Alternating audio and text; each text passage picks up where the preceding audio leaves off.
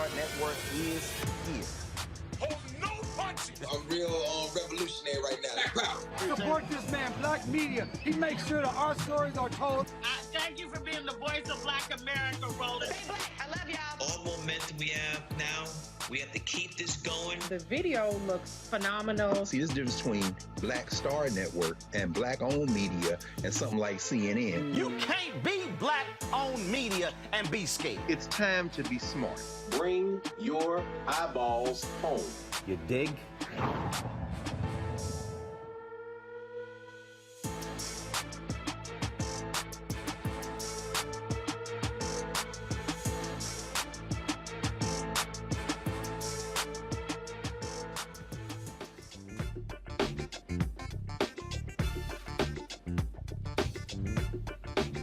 Today is Thursday, May 19th, 2022. Coming up on Roland Martin Unfiltered, streaming live on the Black Star Network. I am on the campus of Prairie A M University here in Prairie View, Texas. Big things happening on the campus, of course.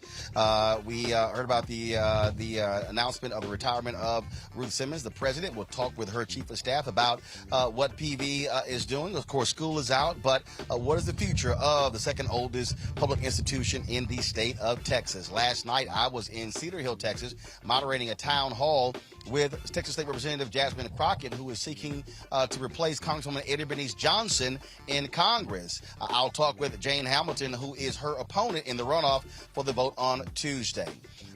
Congress is making moves to deal with white domestic terrorism. We'll be talking with a New York congressman about a bill the House is advancing and what more can be done to confront this critical issue. NPR reports that the census greatly undercounted in 14 states. That has an impact on representation and billions of dollars. We'll talk with an NPR correspondent. That and more on Roland Martin Unfiltered on the Black Star Network. Let's go. He's got it. Whatever the miss, he's on it. Whatever it is, he's got the scoop, the fact, the find. And when it breaks, he's right on time and it's rolling. Best believe he's knowing. Putting it down from sports to news to politics. With entertainment just for kicks, he's rolling. It's on Go, roll, y'all. It's Roland Martin, yeah. Rolling with Roland now. He's funk, he's fresh, he's real, the best, you know he's Roland Martin now.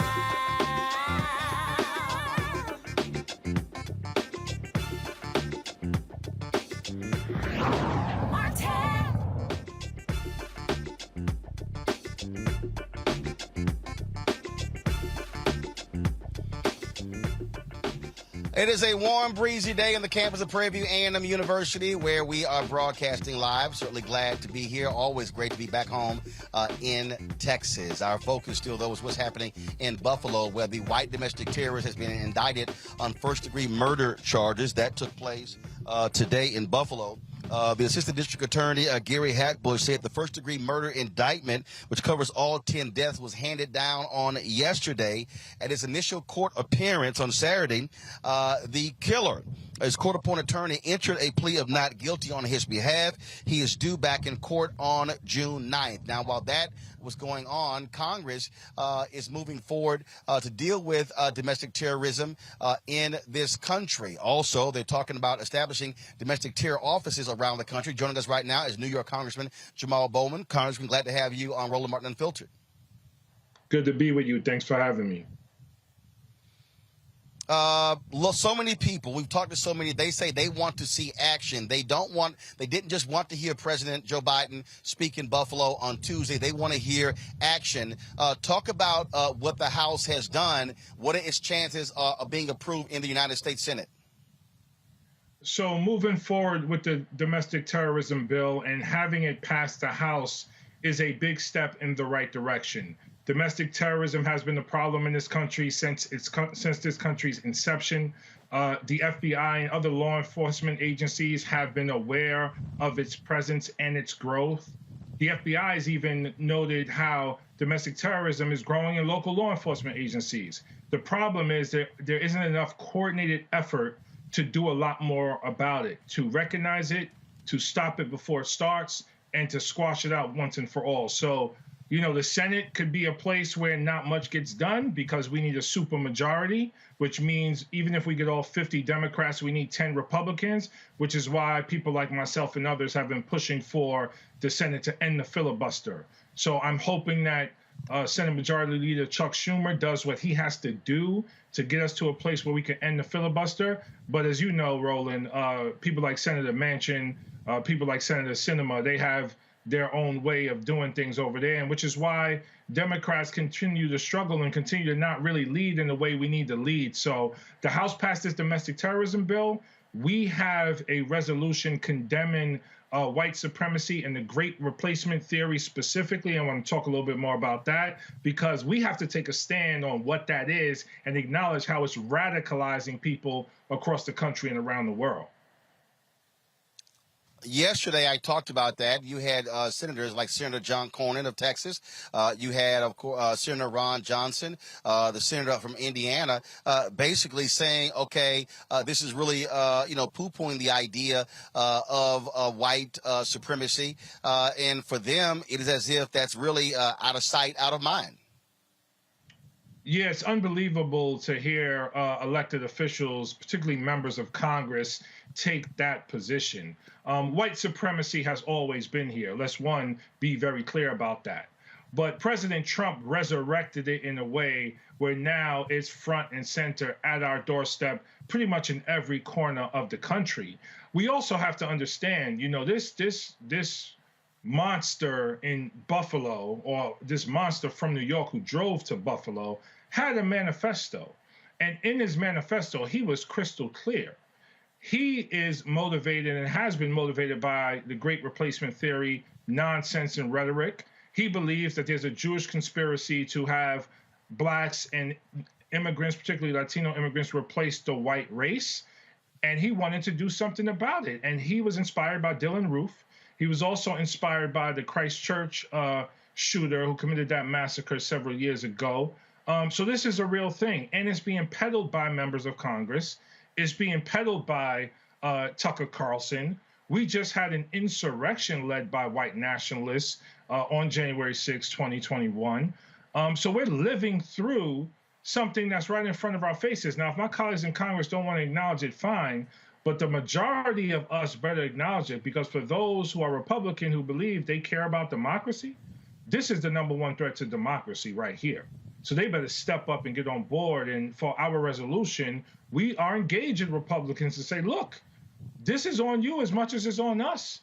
Support this resolution. Make it bipartisan so that we can show the world that the U.S. Congress, the most powerful government in the world, is stepping up and condemning white nationalism and the Great Replacement theory. No, and again, what it does is it puts them on record. Congressman Jamaal Bowman, we're going to have you back, because I definitely want to talk about what's happening in New York State with the decimation of black congressional districts, but we'll certainly do that next week. Thank you, sir. Good to see you.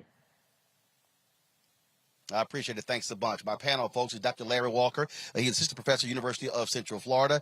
Reese Colbert, founder of Black Women Views. And, of course, Dr. Greg Carr, Department of Afro-American Studies at Howard University.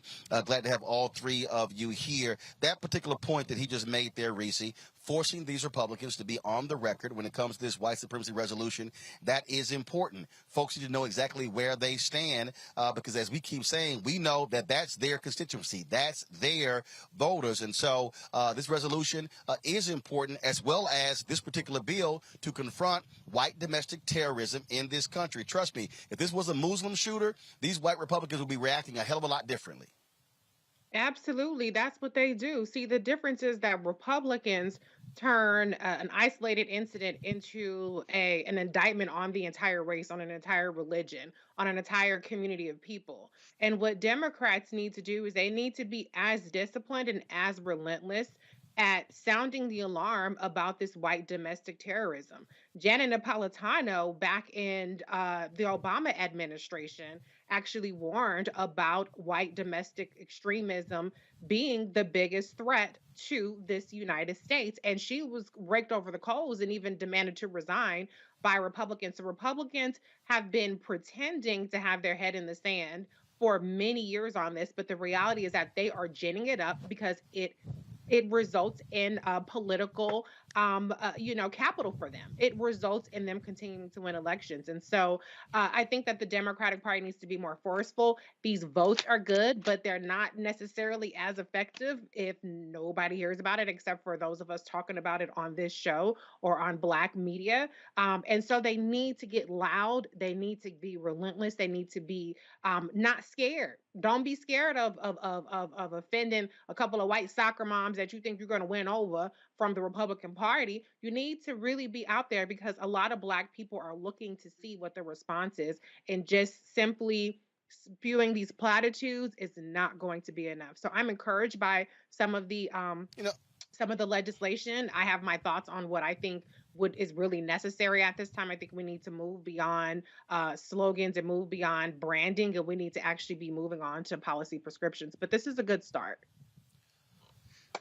Larry, one of the things that other day, Donnie Deutsch was on Morning Joe, and he was talking about how Democrats should be hitting Republicans on this, calling them racist. Now, the issue is not sitting here calling folks racist. They've already accepted that.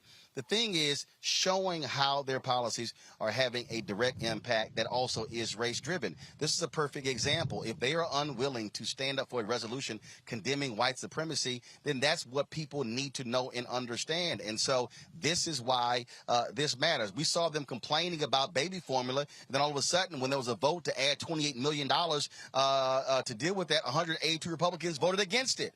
Again, force people to be on the record with their votes as opposed to running their mouths on Fox News. Yeah, listen, and Roland, we have all the proof we need. The Congressman talked about, FBI Director Ray talked about this last year in terms of when he was on the Hill. We have a Homeland Security study that talked about white domestic terrorism is the domestic threat in the United States. And you're right, we have to put people on the record. And Democrats need to be more forceful. They need to start talking about issues relating when someone in the Black community, one person in the Black community does something, there's always an indictment of the Black community. I don't hear any conversation about what's happening in this domestic terrorist's household. What's happening in this community? Right? Let's talk about culture. What's going on in these communities in which people believe that they're being replaced and commit this kind of violence? So Democrats need to be going offensive on this issue. And listen, I'm tired of seeing Black people being killed by white domestic terrorists. And this can happen in any community, any state in the United States. And you're right. Democrats need to do in terms of their messaging and talking about this issue. Reese talked about it. You can't worry about losing 2 to 3 soccer moms because you're going to lose members of the Black community if they don't see it. Doesn't seem like Democrats are really taking this issue seriously. Black folks are tired of watching the television or watching a show and hearing these situations where Black people are being either killed or harassed. We're sick and tired of it. And it's time, like I said, Democrats, I'm glad that, in terms of the resolution, but we really need to, like I said, from now until November, figure out what the plan is in terms of messaging to make sure you're telling Black folks to go out to vote because we got to get these crazy people out of office. Well, bottom line for me, Greg, and again, it's identifiable policy. That's one thing, but it's also forcing folks' hand. Again, speeches is one thing, TV appearances is another, but when you have a recorded vote, then that shows exactly how people stand on that very issue. That's absolutely right, Roland. And it does my heart good to see you there on the campus of Prairie View on a beautiful day, man. Public HBCUs, that's what I'm talking about, man. But here we are on Malcolm X's birthday. And as he said, sometimes, when your house is burning, if these people, maybe they shouldn't have a house if their house is on fire. We don't have to accept the terms that we have come to accept. And you hit it right on the head. And Larry said it, and Larry Reese said we have to push policy, and we need to stop trying to talk to people who have made it clear that reason doesn't matter, that logic doesn't matter. They are in an all-out war for power. That is all this is about. Let's be very clear. That resolution that Brother Jamaal just talked about putting out, Thomas Massey is going to vote against it.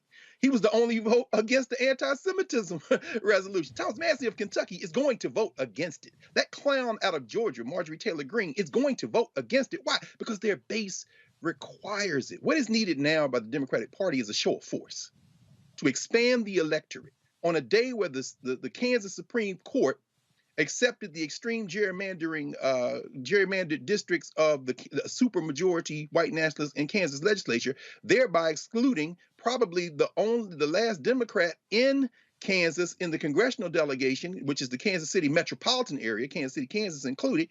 They are playing for keeps. There is no amount of logic, no amount of demonstration of facts that's going to stop these white nationalists. In fact, what we see in New York, as the governor of New York, who is a Buffalo area resident, as Governor Hochul is up there, you've got a so-called centrist Democrat saying, well, we should bring back the death penalty. Andrew Giuliani, that clown, the mayor of New York, former mayor of New York's son, saying we should bring back the death penalty. And a colleague, finally, of Congressman Bowman, Lee Zeldin, who's running for governor of New York, saying we should bring back the death penalty. They're going to make hay out of this slaughter. They could give a damn about us. And until we understand that the only way we're going to make some progress is not to give a damn about them, we're going to continue to think that this is about logic instead of power. All right, folks, got to do a short break. We come back. We're going to talk with Jane Hamilton, who is in the runoff with Texas State Rep Jasmine Crockett for the 30th Congressional District in Dallas. Early voting actually ends today. The election is on Tuesday. We'll talk to her when we come back. I'm Roland Martin Unfiltered, broadcasting live from the campus of Prairie A M University right here on the Black Star Network.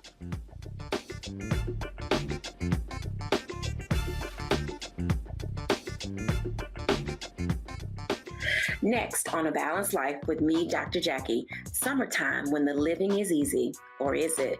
Summer vacations, class reunions, kids in summer camp, all fun, but stressful.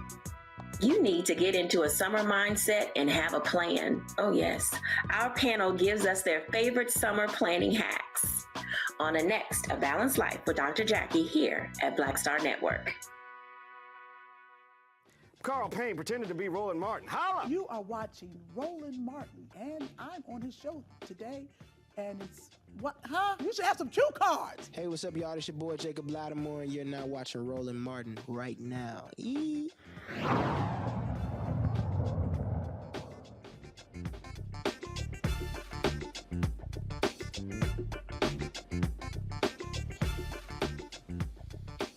All right, folks, we're here on the campus of Prairie A M University. Of course, the spring session is out. Summer school, of course, be starting soon, and they are doing all they can. You see, that's their COVID testing site literally right behind us, and so right in front of the student center. So it's all about keeping students, faculty safe. We are here in Texas. Yesterday, we were in Cedar Hill, Texas. I was moderating a town hall with Texas State Representative Jasmine Crockett, who is running to replace Congresswoman Bernice Johnson in Congress. The runoff is on Tuesday. She's running against Jane Hope Hamilton, who joins us right now.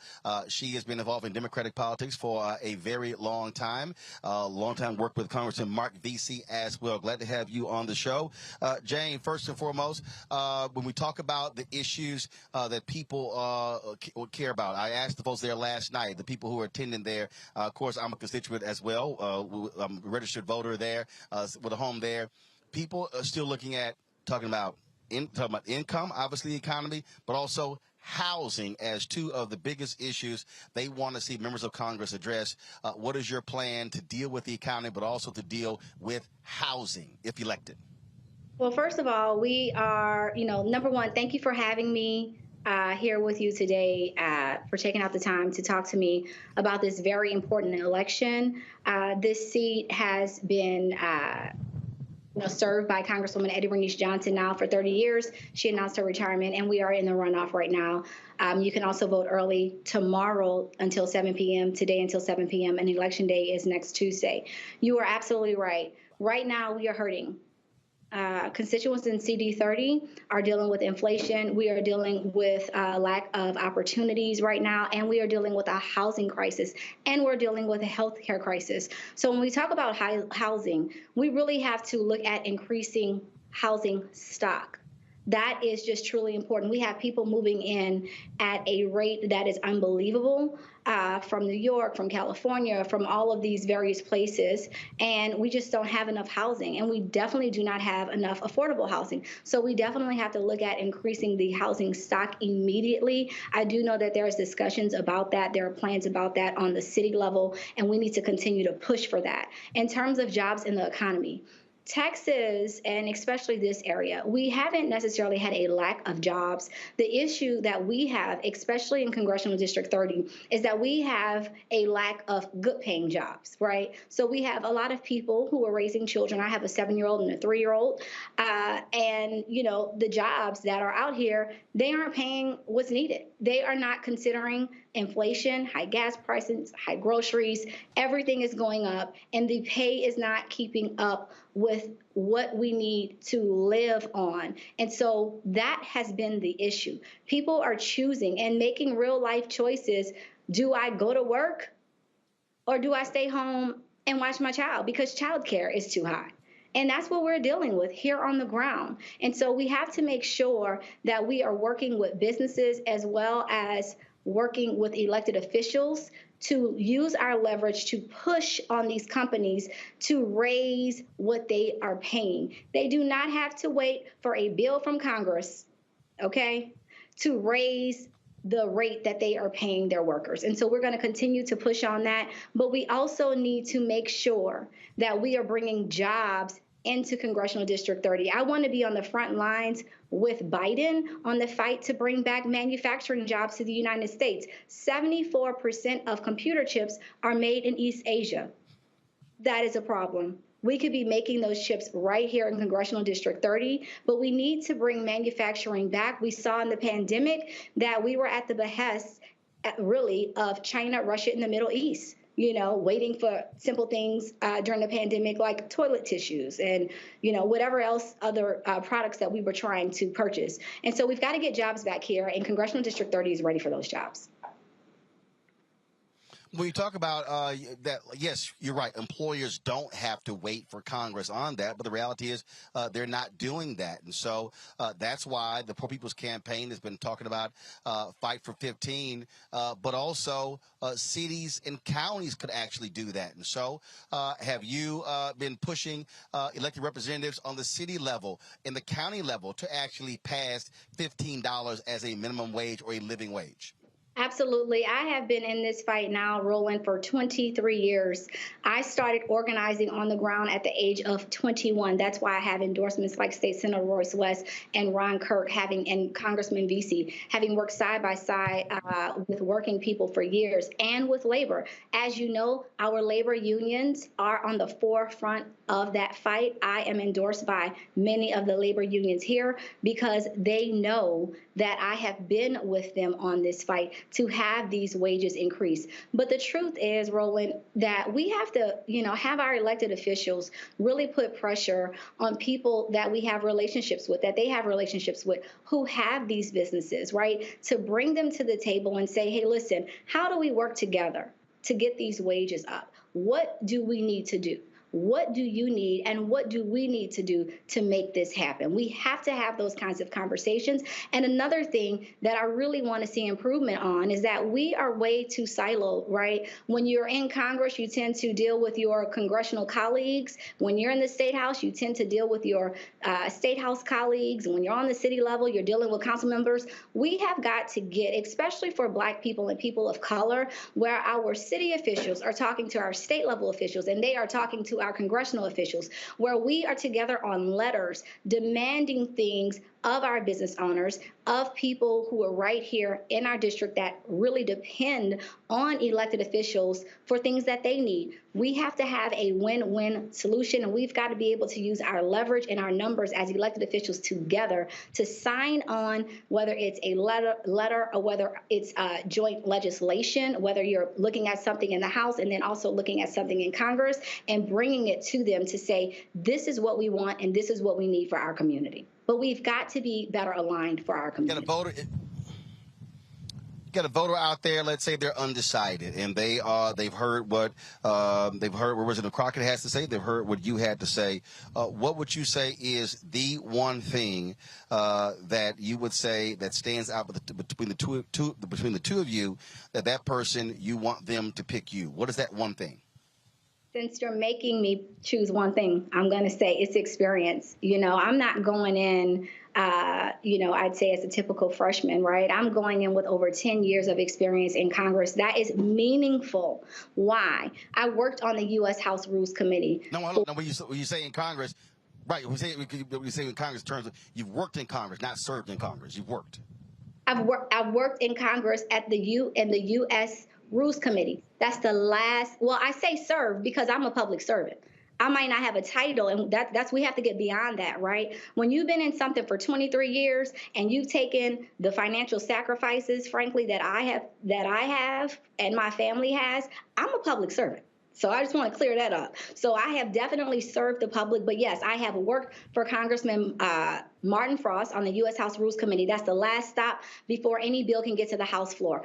All kind of procedure happens at that level, right? I understand the process. I have also served as Congressman Mark Vesey's chief of staff, and I've earned my top secret clearance. I am ready on day one. I don't have to learn about how Congress works. And right now, we are in an urgent state. We have so many needs and so many issues on the table, whether it's jobs in the economy, inflation, healthcare, the housing crisis. And right now, we just don't have the time for on-the-job training. And that's just where we are. One of the things that we also talk about, issues that are coming up, that are specific to the district, also has to do, we talked about, of course, economics, we talked about housing, but what also is the changing nature of the district as well. Voter suppression in terms of what is happening, the gerrymandering that is going on. And so when it comes to the role that you will play when it comes to that particular issue, Voting Rights Act, those issues, lay out what you can do to get folks to get this over the hump in order to deal with the voter suppression that Republicans have been dealing with. And, of course, we certainly saw it in the Texas legislature. We've seen it in Georgia, in Florida, and other places as well. Yes, thank you for that. This is another area in where there are clear lines of delineation between myself and my opponent, Crockett. Number one, this is rhetoric versus results. In terms of my results, I can speak to exactly what I have done. In 2011, I sued the governor of Texas and Greg Abbott against the redistricting discriminatory bill that was passed out of the House, and I sued him against a discriminatory voter photo ID law. You may remember that. And guess what? We were told that there was no way that we could win in that lawsuit in the state of Texas, but we did win. We won on both instances. We beat Greg Abbott and the governor of Texas, and we beat those horrible bills back. But we were able to win that because at the time, we still had Section 4 and Section 5 of the Voting Rights. So when we are hearing and we're talking about restoration of the Voting Rights Act, that's what we're talking about. Once Section 4 and 5 was stripped, it was basically gutted. And it left people in Texas, in states like Texas that have a history of discrimination, it left us unprotected. It left us without preclearance. Once a state like Texas that has a history of voter suppression is able to pass anything that they want out of the state legislature, we see what happens. We have the worst voter suppression bill that we have seen ever in the state of Texas. And that's why it is so unfortunate that my opponent did not go back once quorum was restored to actually vote against the bill. Our jobs as elected officials are, and people vote us in office, to act, to vote, to be their voice. And that is what we are, running for. And in Congress, I have experience with voting rights as well, because as the chief of staff to Congressman Mark Vesey, I led the formation of the Voting Rights Caucus. The Voting Rights Caucus is very important. The members who are on the front lines of the voting rights fight today, like Terry Sewell and Clyburn and so many others, and Congressman Vesey, who's the chair of that caucus, they use the Voting Rights Caucus to align on legislation. and to align on messaging. So the first thing that I would do as a member of Congress, first of all, is join that caucus and be on the front lines of the lawsuits that we have here in Texas and continue on with that fight. We talk about how what's happening there in D.C. But the reality is, as I said last night, congressional districts are made up of 700,000 people. It's about local politics as well.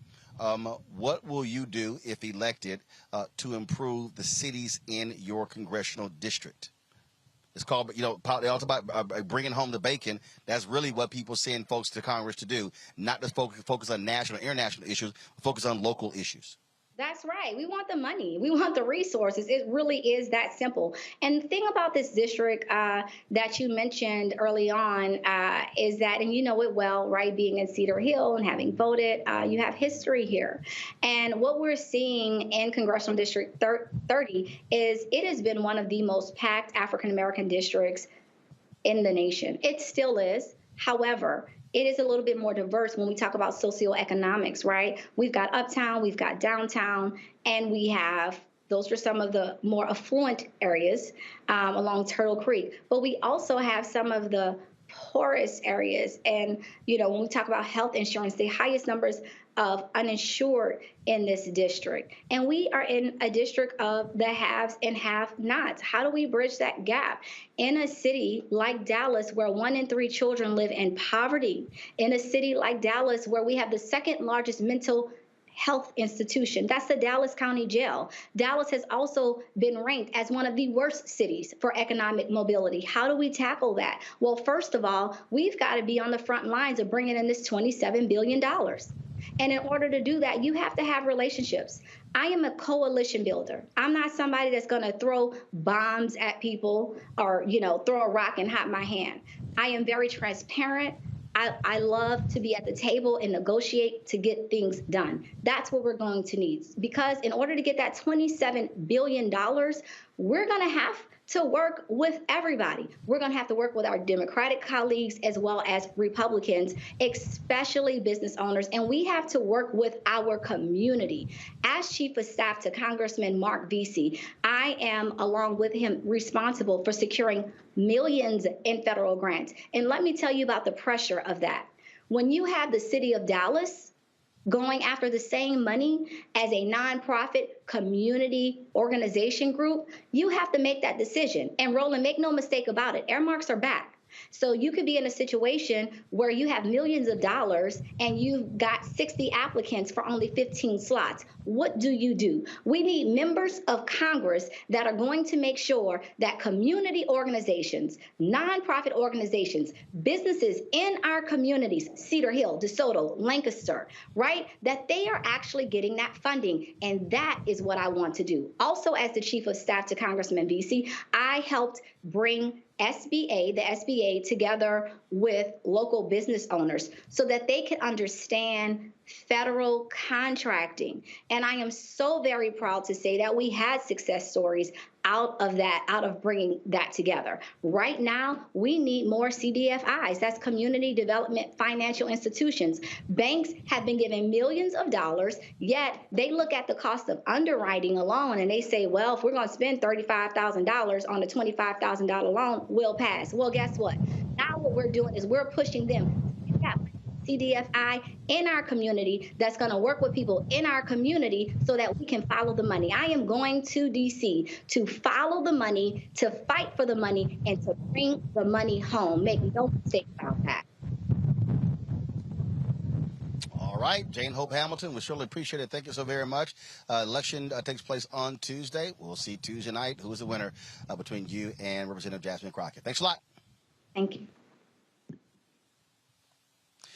Bring the panel here real quick. Larry, Reese, and Greg. I'll start with you, Greg.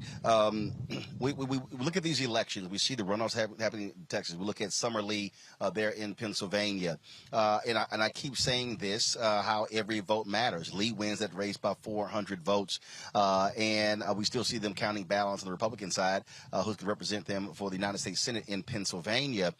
And I get a kick out of folks who are always talking about, what they want. They want tangibles, but you kind of got to have somebody who's in position, which means you kind of got to vote for them. And so that also, what jumps out at me, people need to understand you can't get things if you don't put people in place who can provide you things, and those people can't get in place if you do not vote.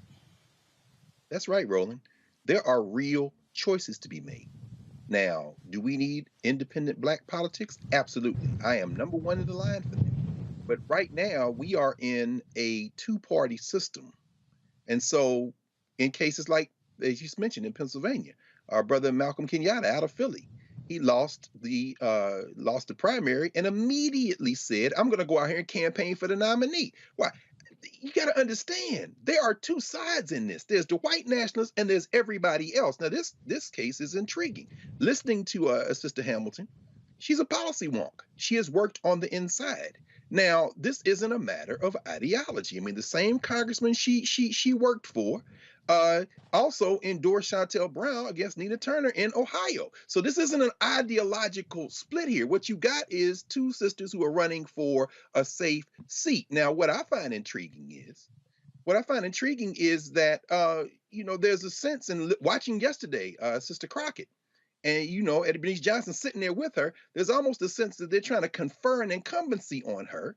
But what I heard tonight was very impressive. I don't think we lose one way or the other, but my question to her would have been, when you come in with 18% of the vote against somebody who had nearly 49% of the vote and has probably more of those elected officials in terms of the Congress behind her, how are you going to distinguish yourself when you've got Ron Kirk, you've got the current Dallas County Commissioner, you've got a number of other people behind you, but it's not at all clear to me how she can overcome that kind of weaponized, conferred in kind of insurgent stuff. And maybe Reese or Larry, you can walk me through it because I'm not close enough to that process to understand how to distinguish between those two sisters at this point, at least in terms of who's going to turn out and vote. Well, but I'll be honest, Reese. It comes down to how do you get your people out. I'm gonna use the Summer Lee race as an example.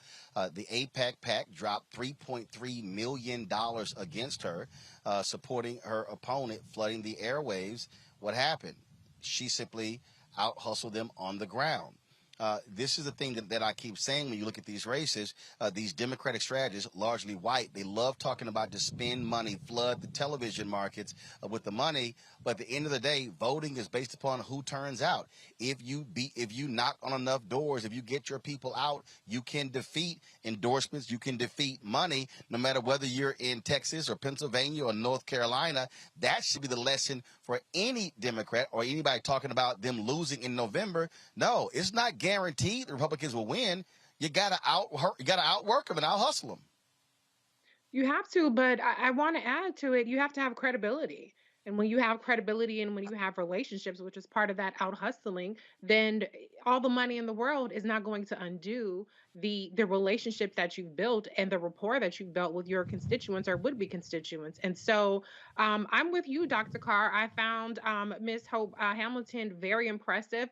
I think that her talk about, knowing the process, and she was talking in a wonky way, in a way that's not necessarily as compelling and grabbing. It's not a slogan. It's not an elevator pitch, but you do need somebody who knows, who has experience. But I think that this race also represents the best of what we have to offer and and why we should be competing, even if it's against each other. I don't see a loss either way. I'm not familiar enough with either of their records to make a judgment on who's better, but I definitely think that, she has a lot of ground to make up. But I also would disagree with you a little bit too, Dr. Carr. I don't know if it's unnecessarily unfair to, the fact that, Congresswoman Bernice Johnson is kind of bestowing her incumbency on Jasmine Crockett. Hey, that's relationship building. She's done something, if I don't want to say homegirl because I don't want to be like that, but if Hope Hamilton was on the hill with Mark Beasley, maybe she should have been rubbing elbows a little bit more with Bernice Johnson. Politics is relationships. She has her endorsements. Jasmine, Representative Crockett has hers, and it's on for the voters to decide. But I think it will come down to who's made the case directly to the people. When you have more resources, you can make the case to more people. When you have more surrogates, you can make the case to more people. But I'm with you. I find this very, very interesting. But I think that either way, the constituents will win.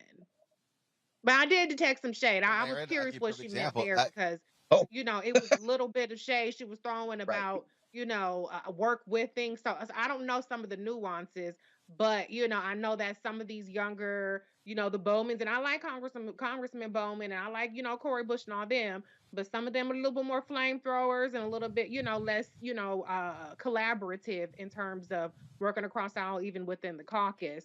So I don't know if that was that about, but I think that either way that the constituents of that district are going to win.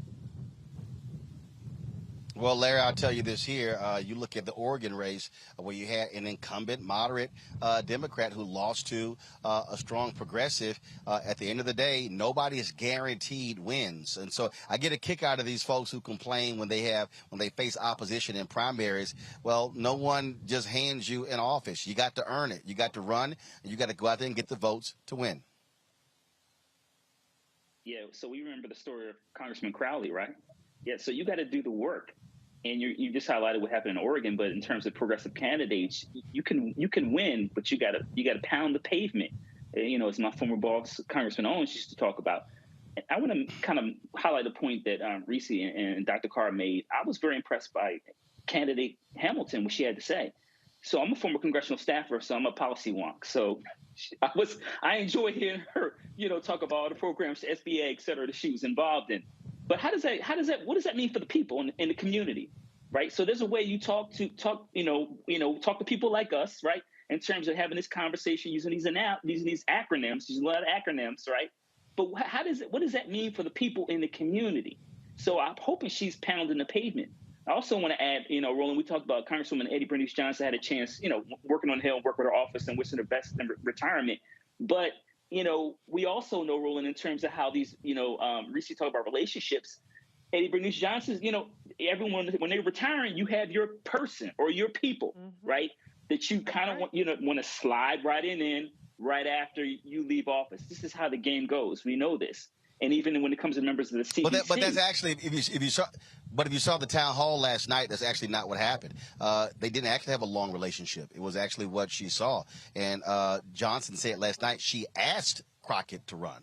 So this wasn't one of those things where, again, what she said last, this wasn't like you had somebody who worked for them for 20 years and then when they retire, then your person runs. No, Johnson said she didn't even know her. She saw what she was doing, and Johnson said she went to her and asked her to run. I didn't even realize that until last night. But again, when I go back to you can have somebody who can pick you, they can anoint you, you still have to run.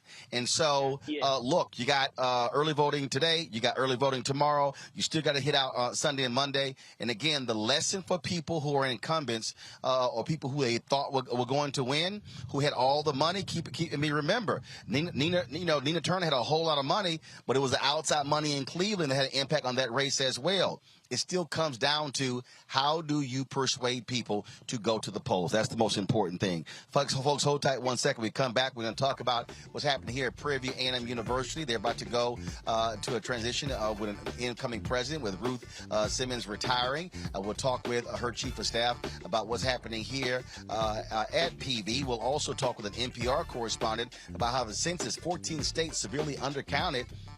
Who got screwed in that? And Nick Saban. Oh, he had a whole lot to say about Deion Sanders and Jackson State, alleging they spent $1 million to get a top recruit to come there. He went up to my alma mater, Texas A&M. Jimbo Fisher hit back. Is Nick Saban feeling the heat because players are picking HBCUs over Power 5 schools? We'll discuss all of that in the second hour of Roland Martin Unfiltered, broadcasting live from Prairie View. Don't forget, download the Black Star Network app, Apple phone, Android phone, Apple TV, Android TV, Roku, Amazon Fire TV, Xbox One, Samsung Smart TV, and support our Bring the Funk fan club, where every dollar you give goes to support this show. Check out money orders. You can go to P.O. Box 57196, Washington, D.C. 20037-0196. The Cash App is $RM Unfiltered. PayPal is R Martin Unfiltered. Venmo is RM Unfiltered. Zelle is Roland at RolandSMartin.com. Roland at RolandMartinUnfiltered.com. I'll be right back.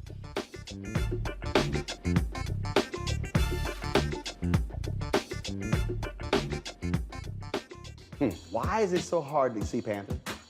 What deal? Wow. I mean, if you go to Amazon, I think I tried. So I have a collection of That's a hard movie. They charge you $300 on Amazon. I was like, I'm not about to pay no $400 for a VHS copy. What's the deal? Man, it is interesting, Roland. It is the movie they don't want you to see. Power to the people.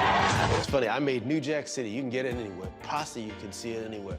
But a movie that says that it is not an accident that we medicated the black communities right around the time when they were getting militant, when you had the Panthers starting to organize, and people starting to vote and march on Washington. We let these communities get medicated. In fact, that comes up in The Godfather, you know, where they say, as long as it stays in the black communities. So we asked the question, they tried to ask us questions. I asked them, the reporters when we did, I said, listen, why is it a 13-year-old boy in the hood can find a way to buy a gun, some liquor, or a church, or some crack, and yet you can't find them to arrest those people? You can't arrest that dealer. Why is that?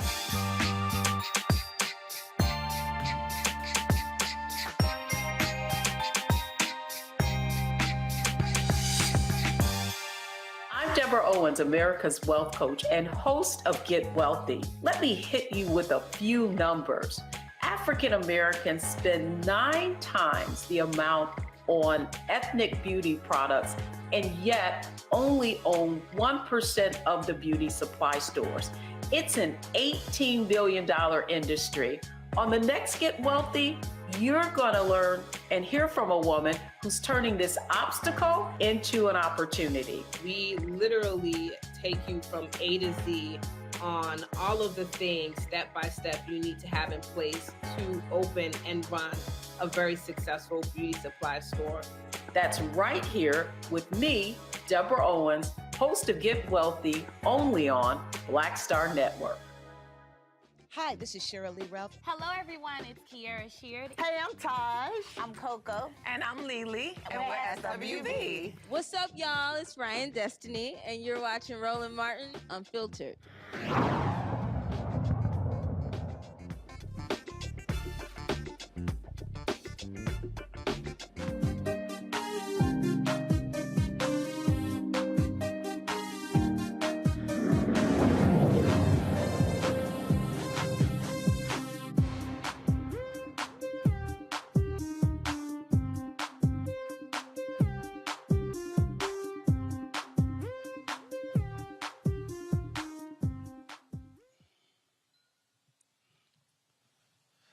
All right, folks, we're at the campus of Prairie A M University.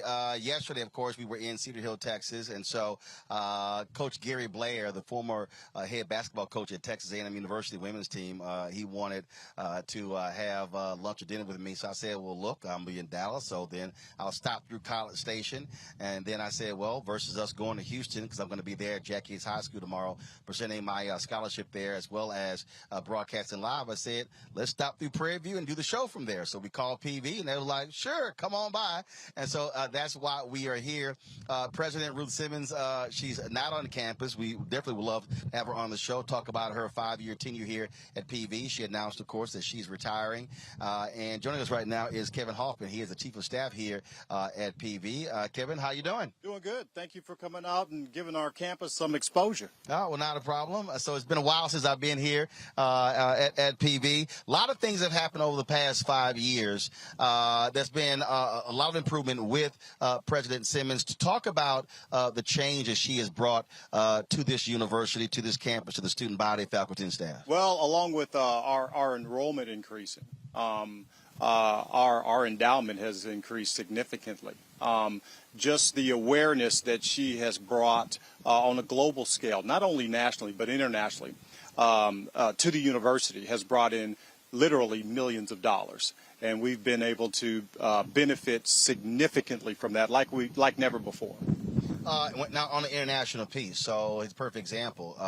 My nephew was going to come here for 2 years and then transfer to Texas A&M to major in construction management.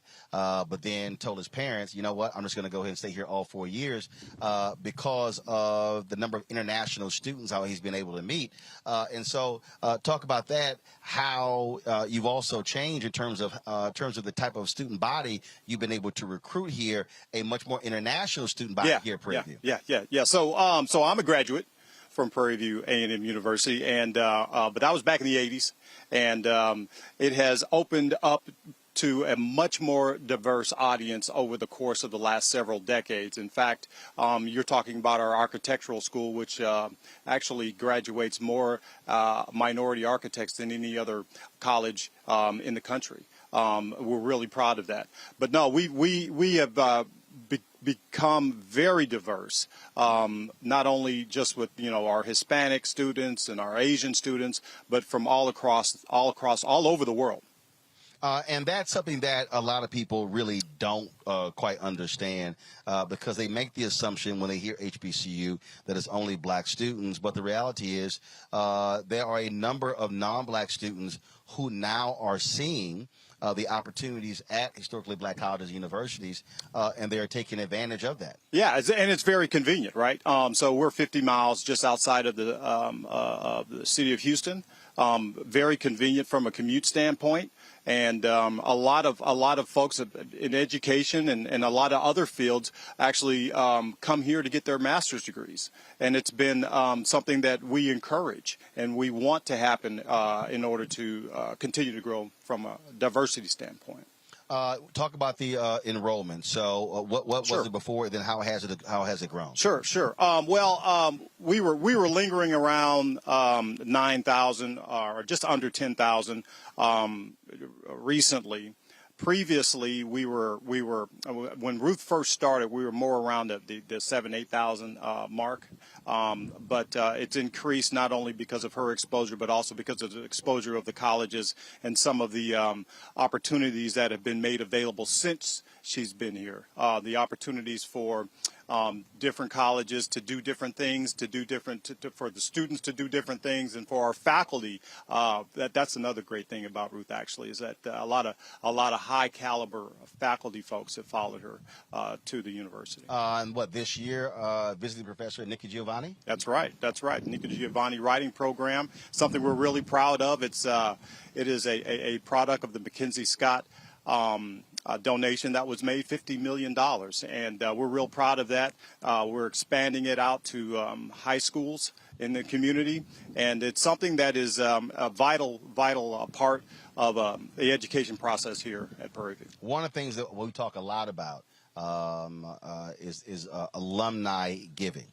And a lot of HBCUs have had this issue because on average around 5% or so. Have y'all seen an increase in that in terms of graduates of the university giving back to the institution? I can't tell you the specific numbers. I just don't know them. But I can tell you that the campaigns to approach them and to get them involved and get them acclimated and get them activated is very aggressive compared to before as an alumni speaking. I can tell you it's becoming a much more robust program within the university. And obviously, with her retiring, you're going to go through a whole search. That's part of the Texas A&M University Board of Regents. PV is underneath that. That's going to be a huge decision to replace someone with the pedigree of President Simmons. Yeah, they're going to be stepping in some trying to fill some very big shoes. She's going to be around, though. We're excited that she's not going to be. We're not going to be without her, and she's going to be working with the university and with the system. So we'll continue to be able to benefit from that.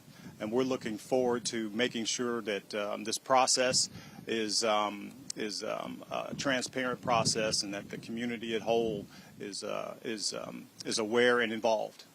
And for folks who don't know, obviously we've been showing some of the video, but so much has actually changed because and not just buildings on this campus, but also the expanded living opportunities in and around this area as well. And so this university actually drives economic development in this county. Absolutely, we drive a significant part of the economic component of Waller County, and play a vital role as far as employing is concerned, and many other things. And we look at all of those entities: Waller County, the city of Waller, Hempstead, Hempstead ISD, Waller ISD. They're all our partners in this process as far as trying to develop and grow the county. It's one of the fastest growing counties in the state. And, of course, folks may not realize the land this university sits on. Yeah. 1,400 acres, 1,400 plus acres, and the history associated with it. A lot of folks don't realize that this was a slave plantation back in the day, Alta Vista plantation, and it was dedicated to become what it is today. And who would have ever known that this campus would produce such productive people? And that's our saying: Prairie View produces productive people. After the years in which it was owned by Colonel Kirby, and it was a slave plantation, and look how far we've come. Absolutely. Yeah. The only mistake, y'all chose those purple and gold colors. That's the only problem. See, if y'all had chose Gramblin's black and gold, I would have a whole different reaction. So I'm just saying. No. Well, appreciate your comments. I have a unique appreciation for black and gold as well, so I really understand where you're coming from. But we're gonna stick with our colors here at Prairie View. Like I say, my nephew goes here, and so if I told him, if you want me to wear anything in Prairie View, just make it all white. Or something like, or just make it gold. Make it white and gold. I said, but I can't wear the purple and gold. I hear you. I can't do it. Kevin, I appreciate it. Thank you. Thanks so much. Thanks for having us. I appreciate it. Thanks so much. All right, folks, we're going to go to a break. We come back. We're going to talk about the undercounting of the census with NPR correspondent. 14 states and how we were impacted. You're watching Roland Martin Unfiltered right here on the Black Star Network.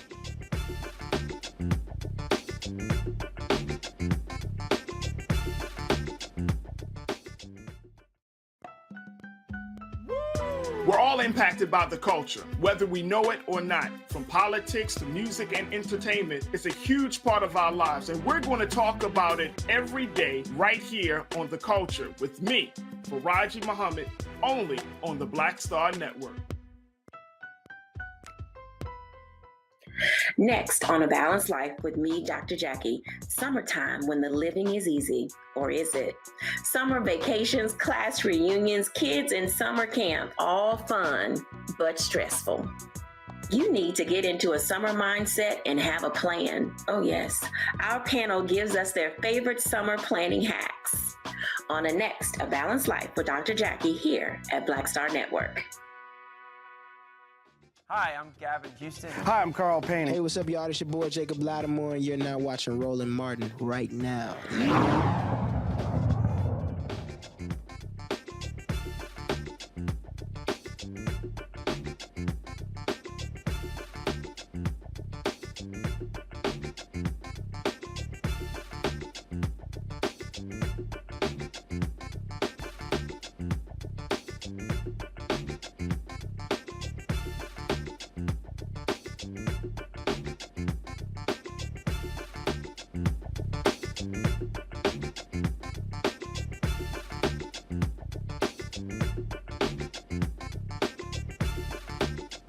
Folks, we are here in the campus of Prairie A M University.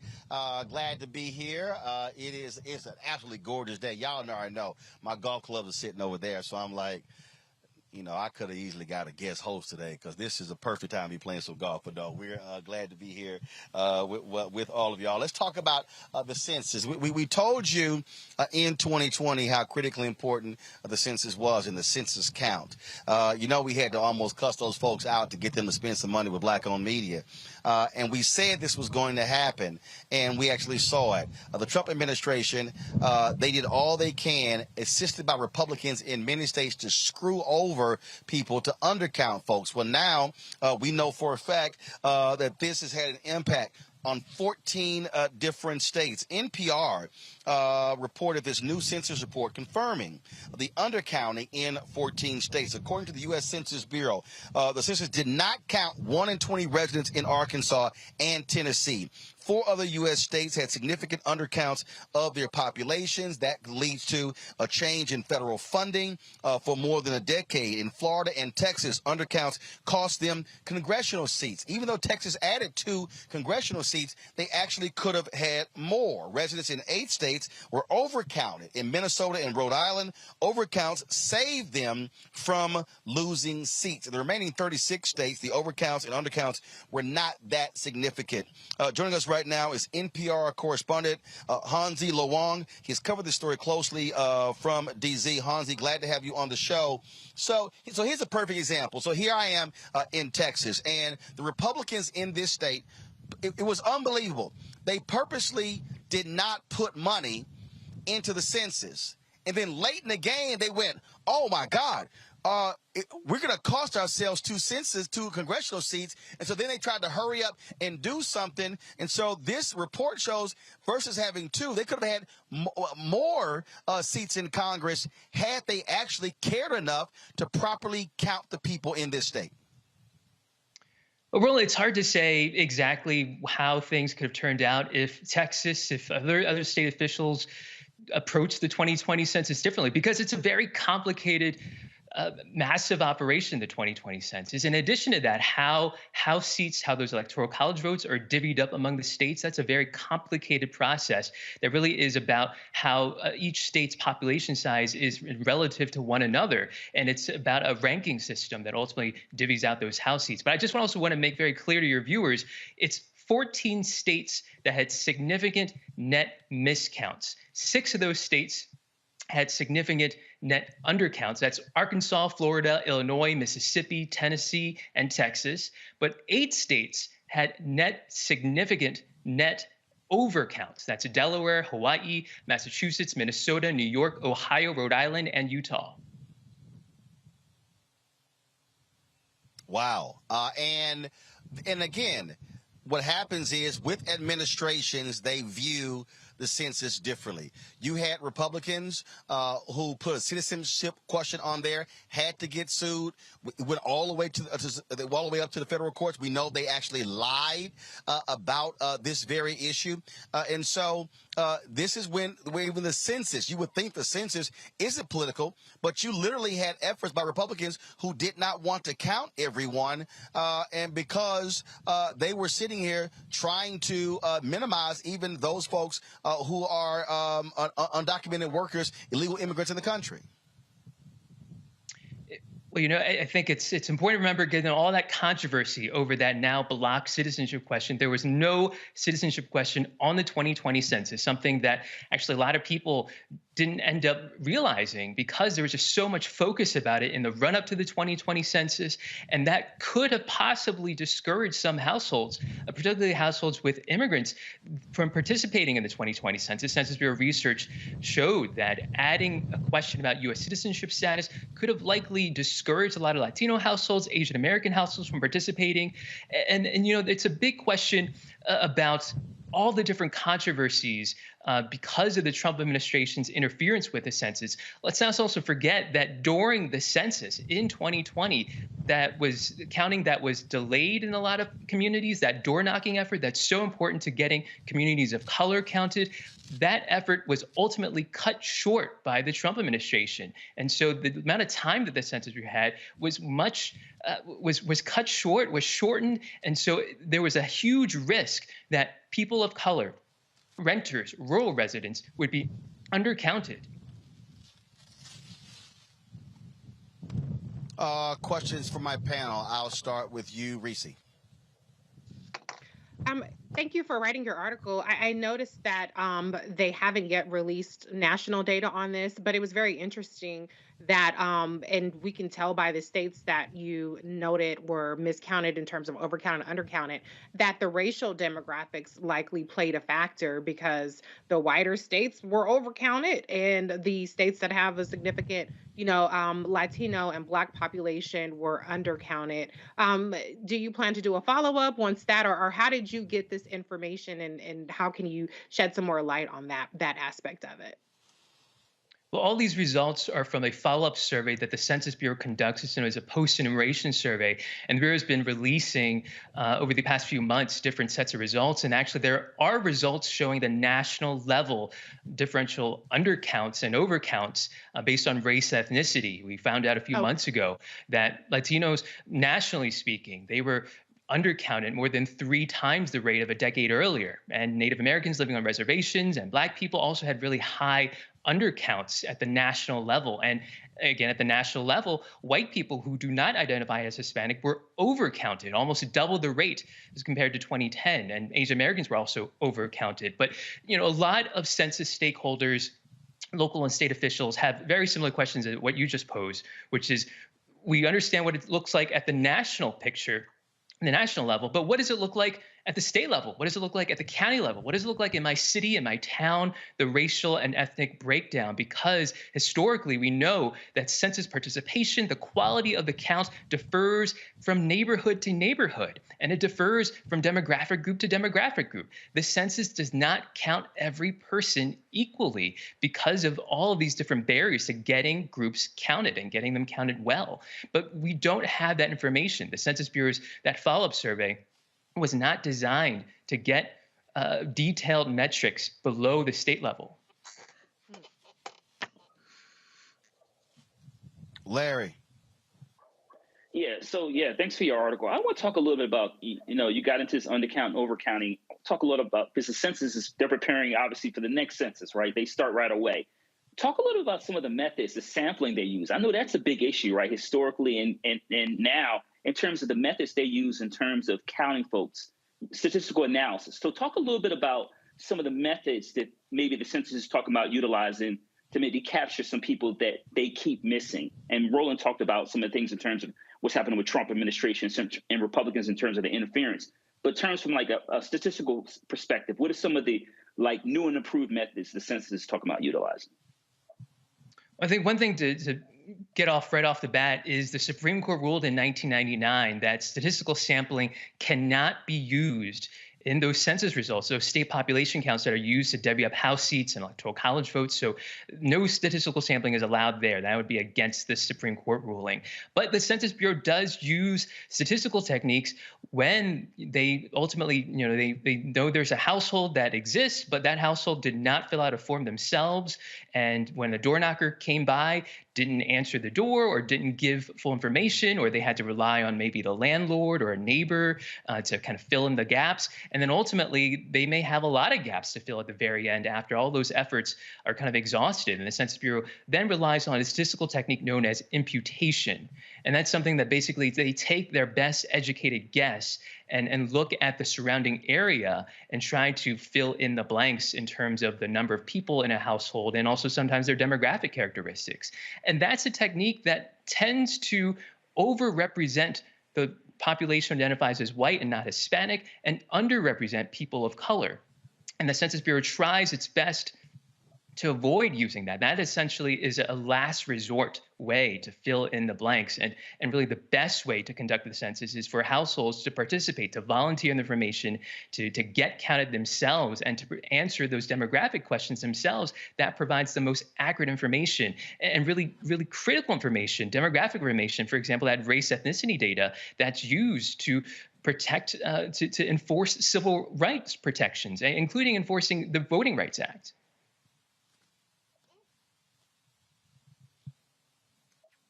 Greg. Thank you, Roland, and thank you, Mr. Wang, for this very informative kind of walkthrough.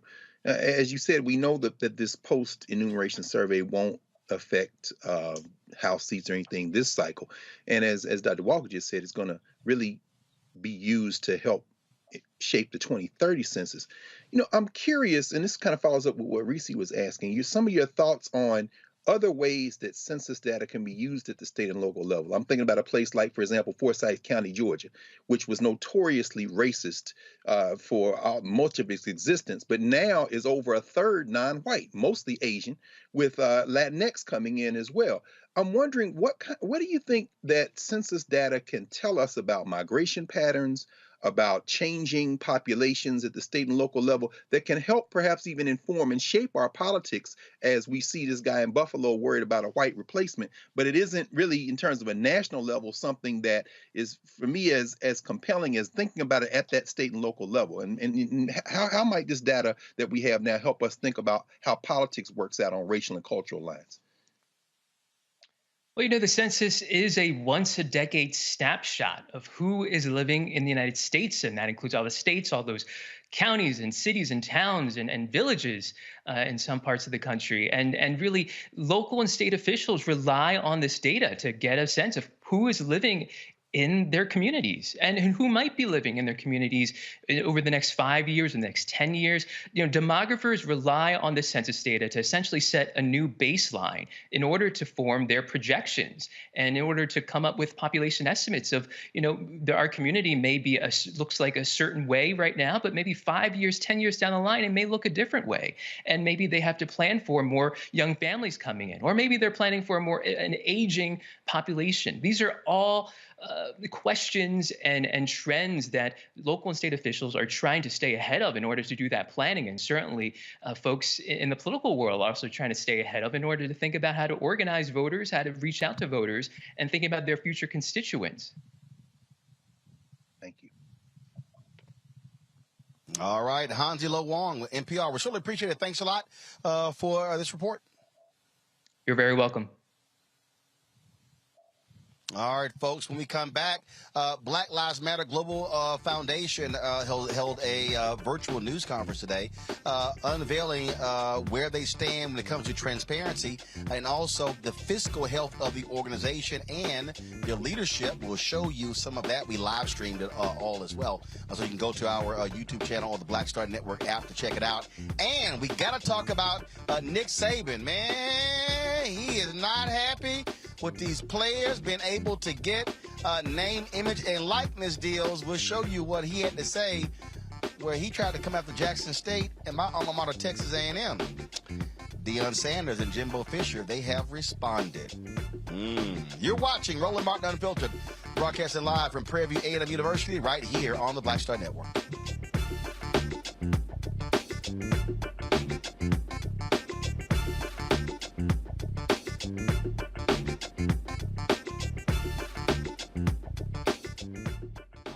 Welcome you to the launch of the Mass Poor People's Low Wage Assembly and Moral March on Washington, D.C., June 18, 2022. We are a new, unsettling force, and we are powerful. New, unsettling force, and we are here. We're rising up to demonstrate the compelling power that we, poor and low-income people, have to reconstruct society from the bottom up. And we need to do it with the loudest voices possible, the biggest actions possible. Because we know that there is no scarcity in this land.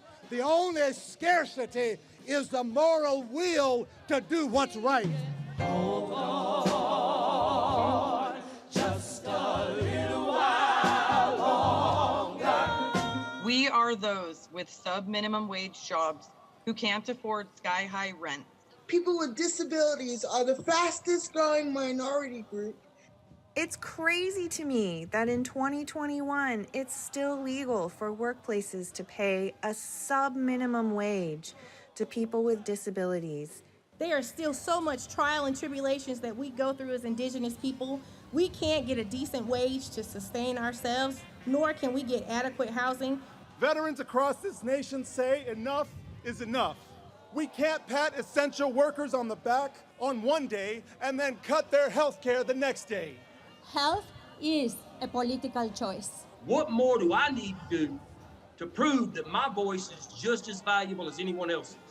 There are still forces in denial that would try to slow walk our transition to a clean economy and a just future for us all. We have an immoral system run by immoral people. But together we walk and we fight. It's time for a change. Reconstruyamos esta gran nación. See, we are people of resilience as we fight these interlocking injustices together. When we work together, mobilize together, and rise together, we become a voice for the voiceless, and we become an agent of change in a time where great change is needed. We need the third Reconstruction to ensure that deaf people, people with disabilities, and all people can have the right to live and to thrive.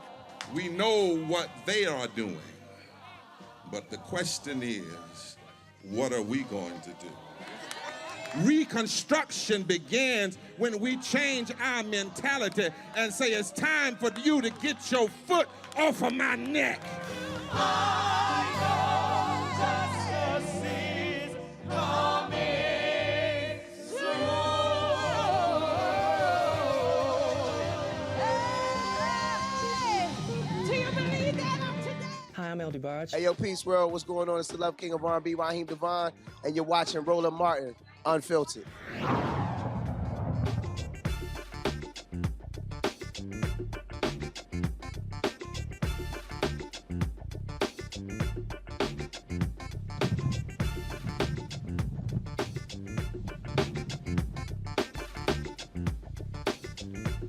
All right, folks, Roland Martin here on the campus of Prairie A M University.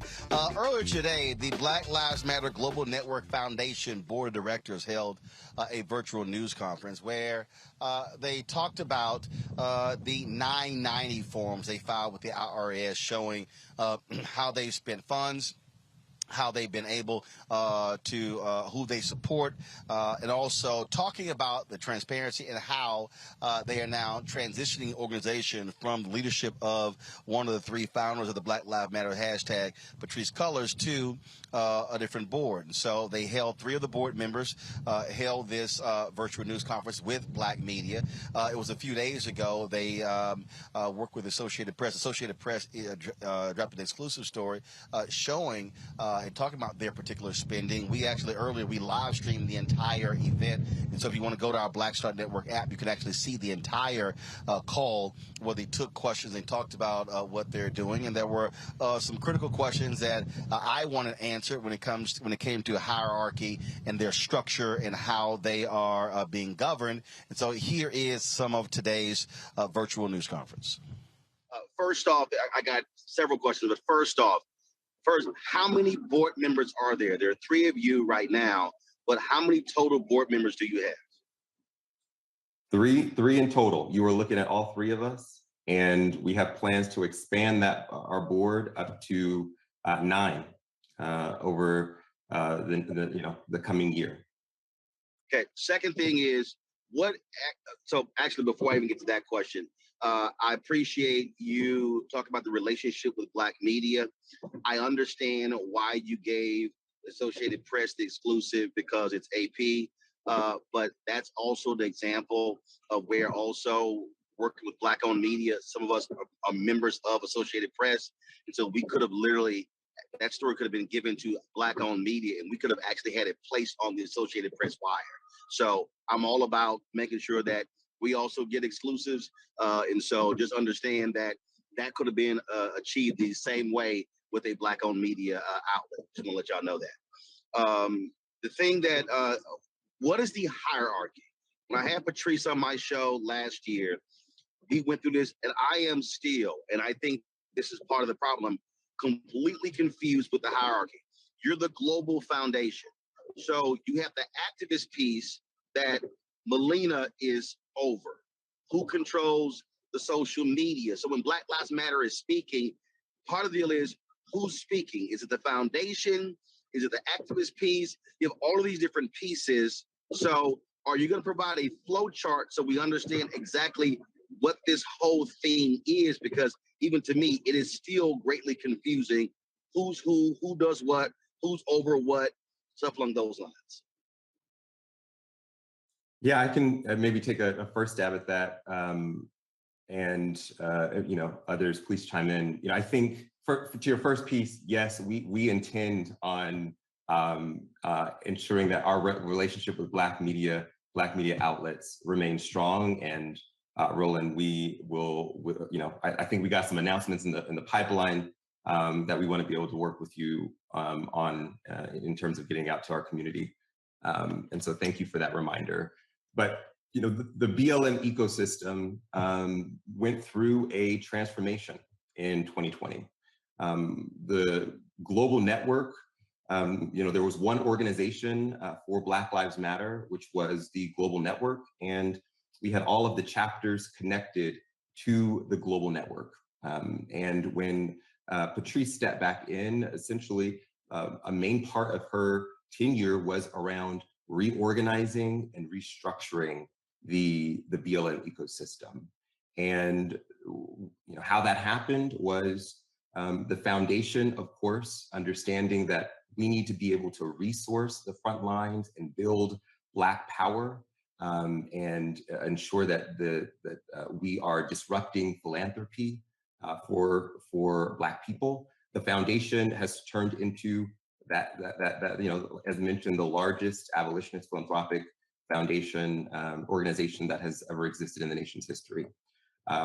Our sibling organization, BLM Grassroots, was formed, and that was really at the request of the BLM chapters, having autonomy and over their own resources and budgets in order to do that. The work on the front lines was really important. And so BLM Grassroots was formed, and to your point, my dear sister Melina Abdullah is the director of BLM Grassroots. And so they do the frontline organizing on behalf of Black Lives Matter. And then separately, Black Lives Matter PAC was formed, in which we thought about what it means to build Black power in the halls of Congress and across state houses and local municipalities around the country. And what does it look like to bring the demands from the streets to the halls of power? And so that part of the BLM ecosystem really focuses on electoral work. And so those are the three different sibling entities of Black Lives Matter, sort of as it relates to us. But of course, the idea, the movement, Black Lives Matter is much bigger than just three organizations. We've got hundreds of abolitionist-focused grassroots organizations across the ecosystem, and obviously so many other Black-led organizations. And but just wanted to provide that education on how our ecosystem transformed in 2020. Okay, this is why I'm going back. So there are three separate entities, but do you control all three? Because when I hear separate entities, so you have the PAC, you have the grassroots, and then you have the foundation. So is the foundation simply funding the others, or are you actually over those? So do the leaders of the PAC report to you? Do the leaders of the grassroots report to you? So that's why when I hear hierarchy, so I know what Melina's title is, but who does she report to? Or does she run that entity? Does that entity have its own board? Does the PAC have its own board? Or do they have their own infrastructure? That's why I'm saying it's still sort of like all these different pieces. Yeah, great question. Yeah, and hierarchy, and I know we are a decentralized movement, and so it is sometimes hard to talk about it in terms of hierarchy. But to answer your question, yeah, they are not all, so if you're looking at a map, they all have dotted lines next to each other, right? So they're their own autonomous organizations. The C3, which is the foundation, BLMGNF, as a C3, we represent that board. We are that board. And then BLM Grassroots has its own organization and structure and governance separate from the foundation. They do not, quote unquote, report to us. Melina Abdullah, as the director of BLM Grassroots, has a team that she works with, which is very separate from the governance structure of the foundation. And then that is the same for the PAC. The PAC currently, though, is sort of co-run by both members of Grassroots and the foundation. So an advisory board runs the PAC at this moment. And so Melina Abdullah sits on the advisory board. Angela Austin from BLM Michigan sits on the advisory board. And then, members of the foundation sit on the advisory board as well. But it is a separate organization, autonomous, has its own reporting structures, and a separate entity as well. It is organized as a PAC and not a C3. Again, folks, if you want to see the full discussion, just simply go to the Black Star Network app. You can do so. I want to bring in my panel now, Larry, Greg, and Reese. So, Greg, I want to start with you. This is something that a number of right-wing organizations obviously have been attacking. Black Lives Matter, the grassroots folks, the foundation as well. You've had black reporters with New York Magazine and others that have actually done some of this reporting as well. So I think several things I think have been at play here. First and foremost, let's just be real. This was an entity that was grossly unprepared for the influx of funds and attention. It was literally, as some said, trying to build a building and actually run a business while you're building the building in the building. And I think what you're seeing here is a very deliberate attempt to try to get a handle on these three distinct pieces. The reason I kept asking for the clarity there is because if someone is giving money to, quote, Black Lives Matter, what are they giving it to? You have this separate entity, which is the grassroots piece. Then you have the foundation. Then, of course, you have the Political Action Committee. The Political Action Committee can give money to and endorse candidates. The foundation cannot. The grassroots piece of Black Lives Matter is also a foundation. And so they're separate. And so what I kept getting to is, okay, what's the hierarchy? Who's running the foundation? The grassroots piece, who's running that? Do they have their own separate board? The PAC, the same way.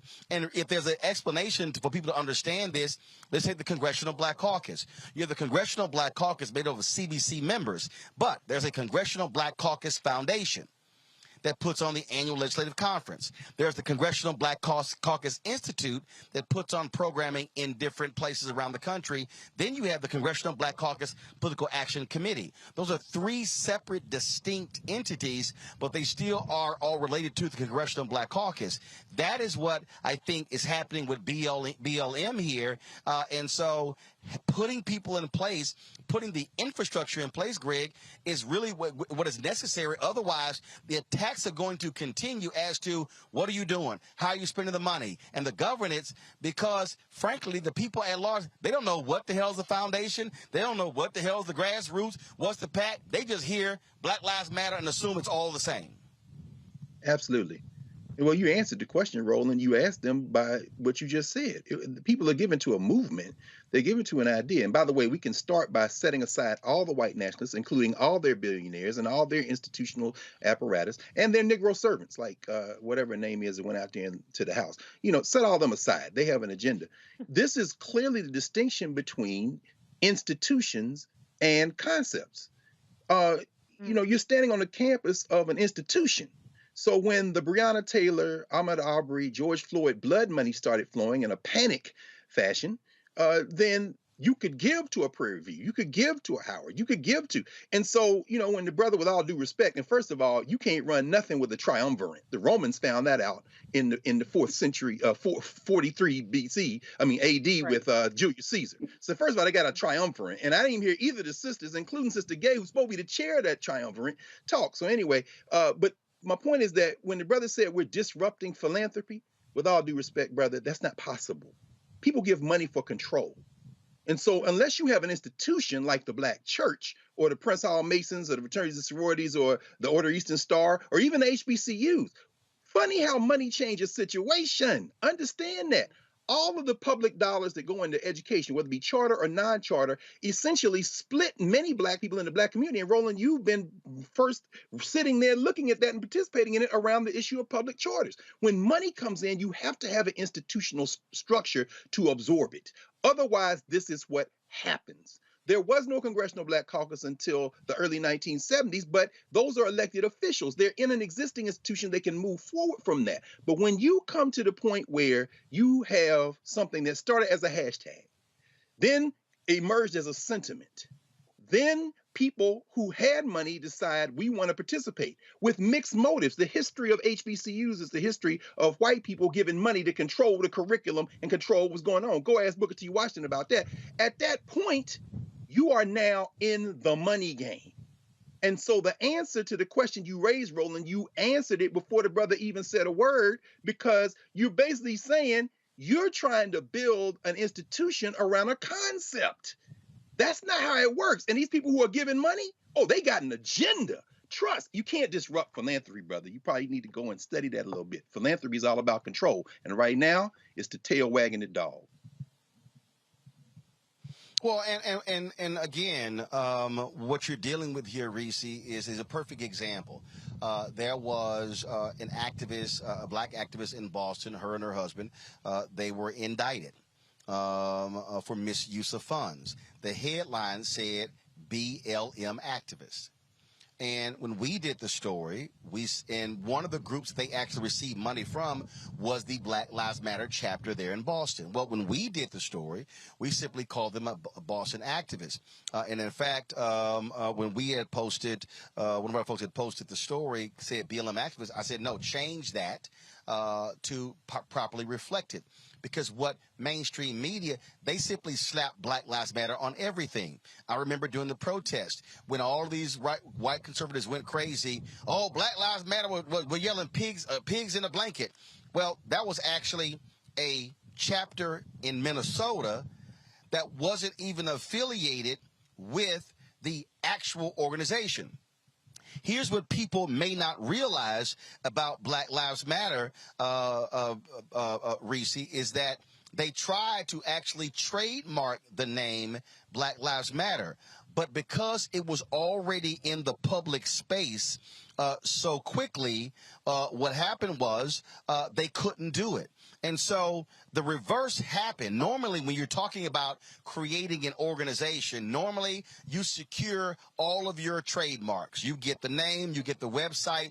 Well, this was as if 10 horses jumped out of the barn and they are trying to like hold the reins and they're being dragged along the way. And so all of a sudden the people are giving and these things are going. So you've had people who are over Black Lives Matter chapters that are not actually a part of Black Lives Matter. And so that's why I also asked on the activist side, what's their process? They've now created a process to certify the chapters. And so much I think of what's been going on here is, again, you didn't have the proper infrastructure with all three components. And so they were easy targets for criticism inside of the movement and outside. And I think now what they're trying to do is again, grab those reins and pull back. No, and now to be able to control as best they can, because it was really just going all over the place because it frankly, the movement was outpacing the infrastructure because there was none. Yeah, but I think it cuts both ways. I think the ambiguity and the notion and the idea that people were contributing to has greatly benefited Black Lives Matter, the Global Foundation, to the tune of over $100 million. And I think it's a little bit of a cop-out. I mean, yes, they've had to scale up massively because a massive influx, but they've been a multi-million-dollar philanthropic organization or movement for many, many years now. So I'm not going to let them off quite that easy. But I mean, my background. No, actually, it hasn't been. It hasn't been many, many years. No, seriously, The You don't think so? the You don't reality think is they've been this. getting at It least $1 hasn't million been. since you don't think so? Because I mean, No, no, no. I've First heard of all, reports here's the about deal. Okay, you let me know then. No. The timeline is a timeline, and that is when you follow the 990s. And again, what I have been trying to do over the last 5 or 6 years is even asking questions is like, okay, who are you and who's over what? Who's doing what? It wasn't until today when we were asking the questions that, oh, Black Lives Matter grassroots, they actually raised their own money. Black Lives Matter Global Network Foundation raises their own money. So one of the things that I've asked them is, okay, so if somebody says, I want to support Black Lives Matter, who they're supporting. In fact, there was a Black Lives Matter organization in California that was actually against Black Lives Matter. Okay. That's right, bro. And that's right. A corporation or several gave them like $8 million. And when they got exposed, they had to, get the money back because there was an actual group called Black Lives Matter, but they were not actually down to, as Greg said, with the concept. And so that thing has been happening. So because they were unable to trademark the name, literally hundreds of organizations across the country can call themselves Black Lives Matter. So part of this deal is folks didn't know who the hell they were giving to. And so this is also the battle that's been going on as to if you're supporting the Black Lives Matter movement, who do you actually give to? So even now, the Global Network Foundation, I was on the phone talking to someone. So if I actually want to support the protest and the activism, I need to go to that Black Lives Matter entity.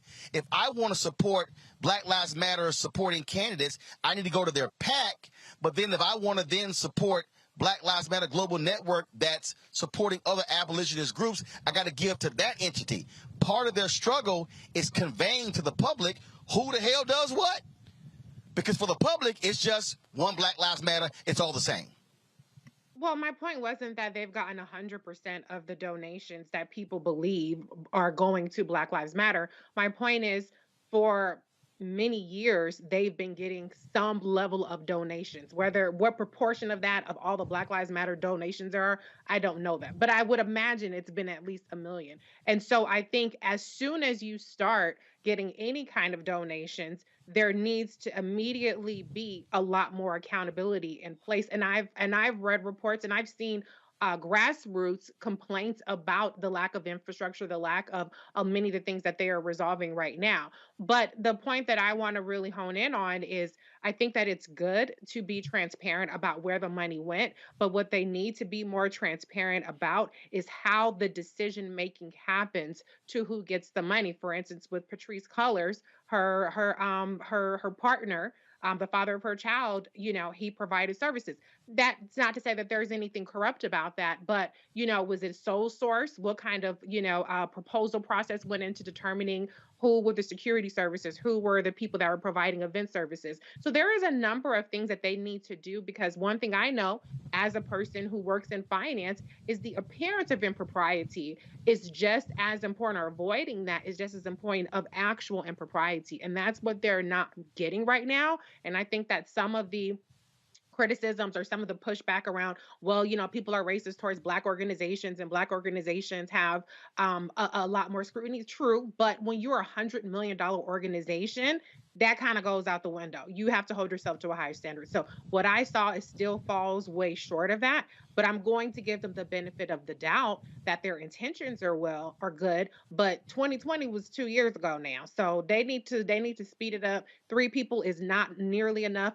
I need to see some org charts. We need to have a lot more stuff going on. Even on their Twitter, there's no, have a link to a Black Lives Matter PAC the Twitter account, have a link to the grassroots Twitter account. They're really, they're contributing to the.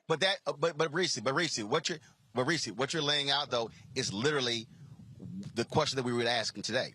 And it's because again, I know that's what I'm saying. Perfect example. And they don't have the answer. No. Hold on.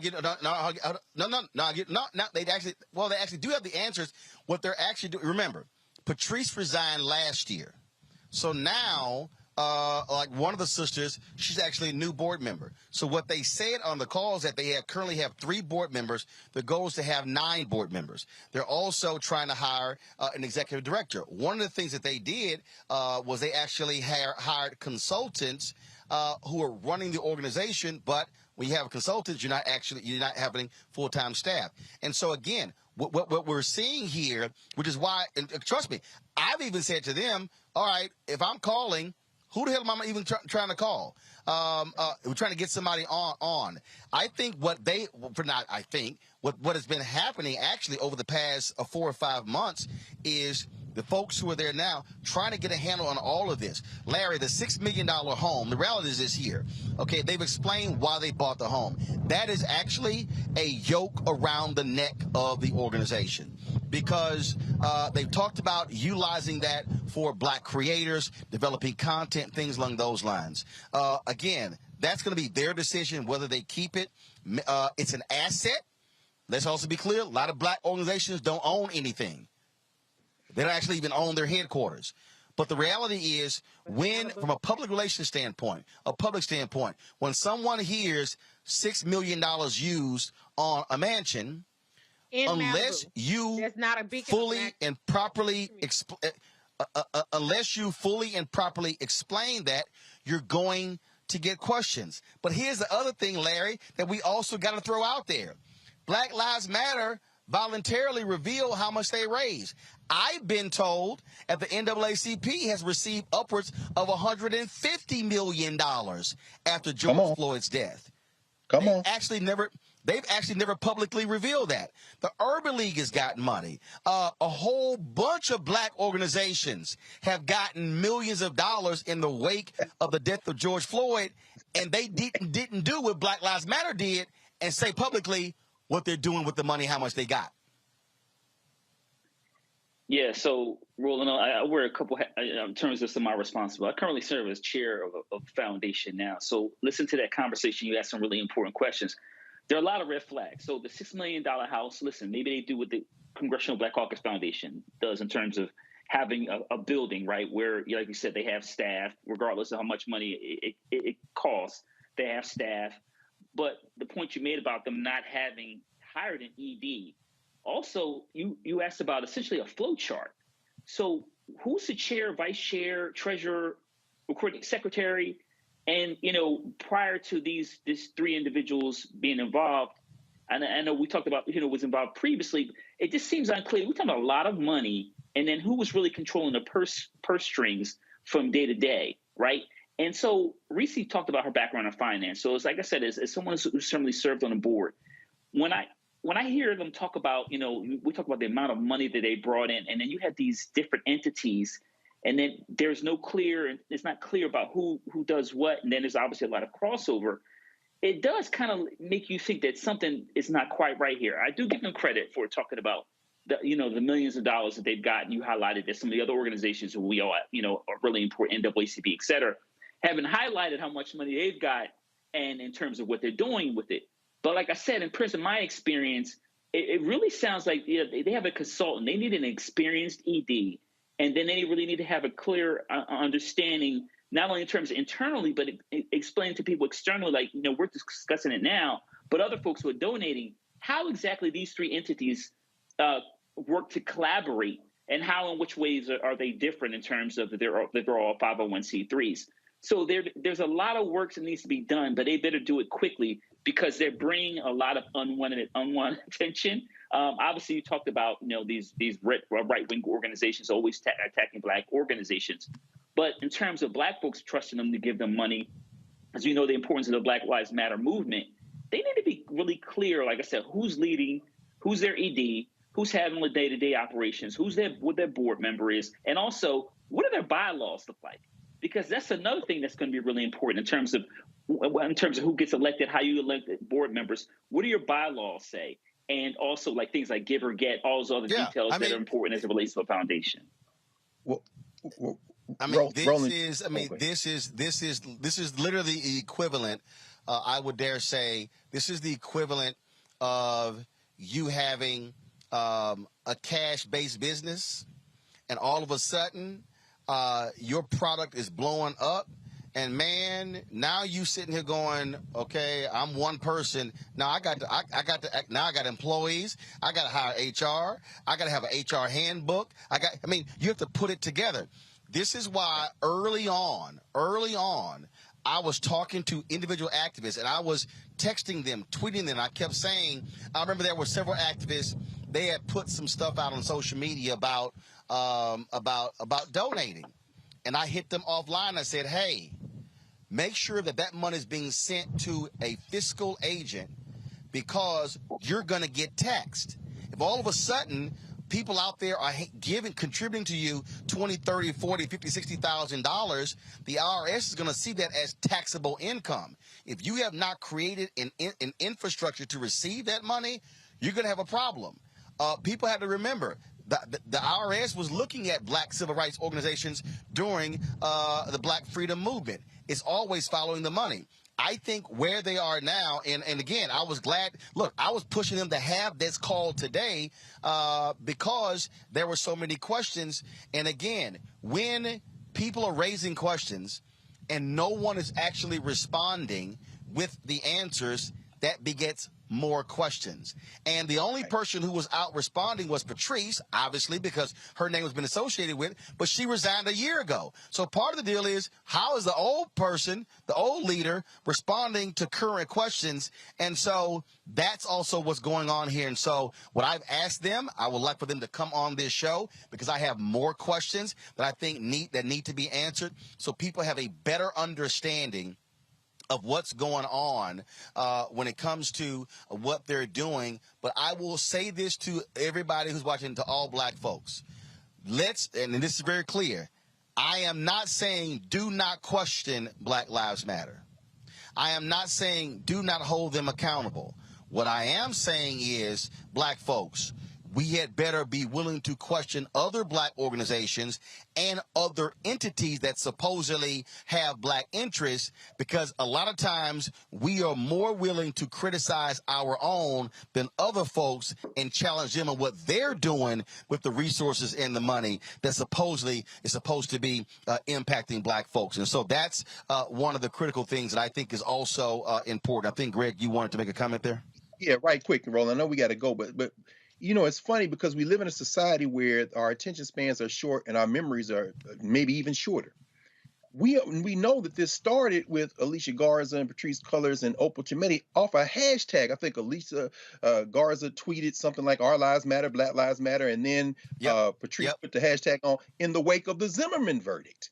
And then a year later, not even a year later, Mike Brown and all these young people are driven to Ferguson. And the money is coming in, but not really. And these aren't people who have an organization. Remember our friend with the blue vest who was everywhere and now is nowhere. Well, this is during the Obama administration. And then what you see is by 2015, they actually do try to meet. They met in Cleveland. These people who didn't know each other, some people did. They brought in elders. How can we form a network? That was called the movement. That was called the movement. So, and again, that was called the Movement for Black Lives, which still exists. But it's an umbrella group of 150 different organizations. So the Movement for Black Lives is actually different than the Black Lives Matter Global Network Foundation. Absolutely, Roland. Exactly. I mean, people like our sister down in Jackson, Chokwe's sister, Rukia Lumumba, all of them, they were there. And so you're exactly right. And so, of course, then what happens, of course, is the 2016 presidential election. Remember when the sister came and disrupted Bernie Sanders, and you had these folks many of them know each other, many of them don't. It was a movement. And then, of course, Donald Trump and the white nationalists are able to use the phrase as something to organize against. And who could have saw this coming? All of us, because we've lived in this terror since they brought us over here, which is what a triumvirate of Black death happens in 2020. You see Ahmaud Arbery, then Breonna Taylor, then George Floyd, the anniversary we're coming up on in a couple of days. And that's when all this money starts pouring out because it converged with the pandemic. And you basically, as you say, you have then outside money creating a dilemma.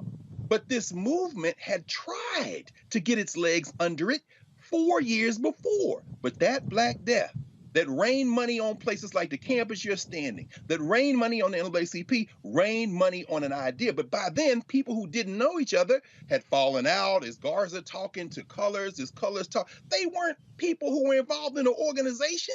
And up until those deaths converged after 4 years of the Trump administration, it wasn't even a thing that would have boiled over.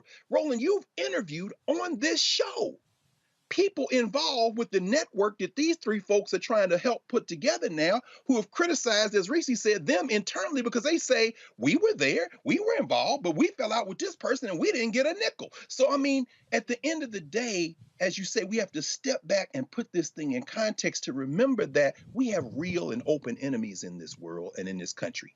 That boy that killed those 10 people in Buffalo who did not act alone, I don't believe, I read all that damn manifesto, didn't I? And by the way, son, say it with your chest. You said if you got captured, you'd plead guilty. But you didn't do that, did you punk? My point is they are also bankrolled in terms of that weaponized propaganda with people with institutions. You do not fight institutions with individuals. And as you say, finally, in their defense, and you've made this clear, they tried to get their legs out from under them years before this. But once that money gets in this situation, the thing can go a way that you could never predict.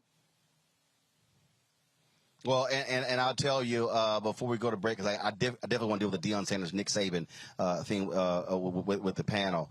I'll remember, I never forget reading an article, and there were these young activists on the East Coast, and there were some white donors. They wanted to give to them. No, absolutely not.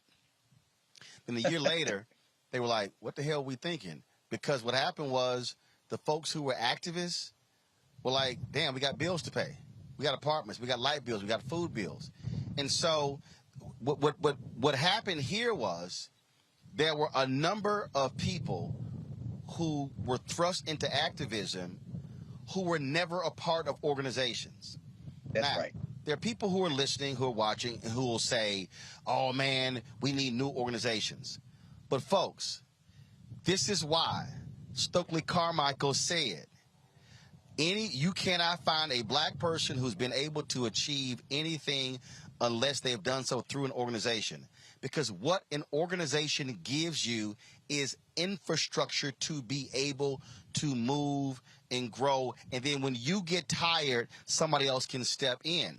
So many people, there are a lot of young sisters and brothers across the country over the last decade have learned why institutions matter, organizations matter, why trademarking a name, having copyrights, having a bank account, having all of those things, having, as Larry said, bylaws, having a constitution, having a process to elect people. I know this decentralized leadership thing was a part of Occupy Wall Street, and a lot of people, a lot of young black activists, because they didn't want that one person, they didn't want that Dr. King, they didn't want that Reverend Jackson, they didn't want that. But the reality is this, and Reese talked about on the accounting side, you cannot have an organization unless you have hierarchy. You cannot have an organization unless you have people in place, general counsel, HR, all of those different pieces. And so people have great intentions, but just like businesses, if you do not put the pieces of the business in place, your business will fail, and you will have all the growing pains. You'll be owing back taxes. Who's supposed to pay the property taxes? Who's supposed to pay this? I never had to pay the state taxes and federal taxes.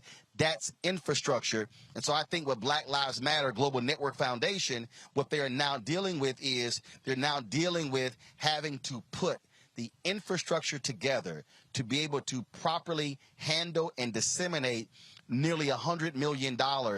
But if you ain't got an organization to do it, you're not going to be able to be successful. And so I look forward to them coming on the show. I'm going to keep y'all abreast what's happening with them. Short break. We're going to come back. Nick Saban actually showed. Go ahead. I just want to say, going to Dr. Carr's point, I think that what Black Lives Matter, the organization needs to do is take some of the personal and some of the emotion out of it. When I read Patrice Cullors saying she trusts this person or that person, and that's how they got these, $100,000 or $970,000 contracts.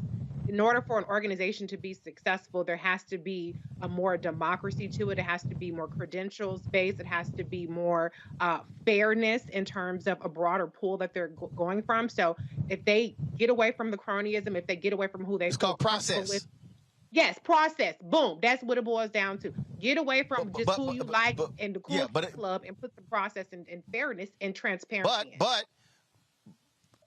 But I did ask the question, and what I was told is that the individual with a security contract has a security company, has done security.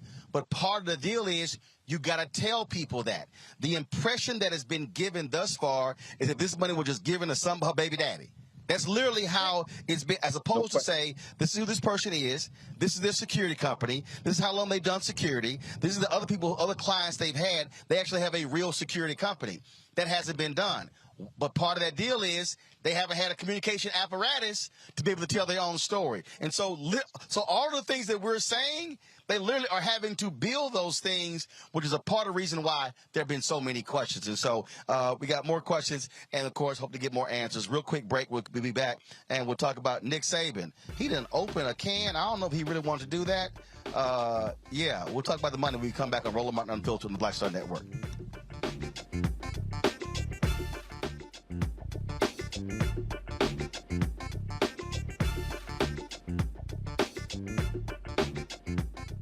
Pull up a chair, take your seat.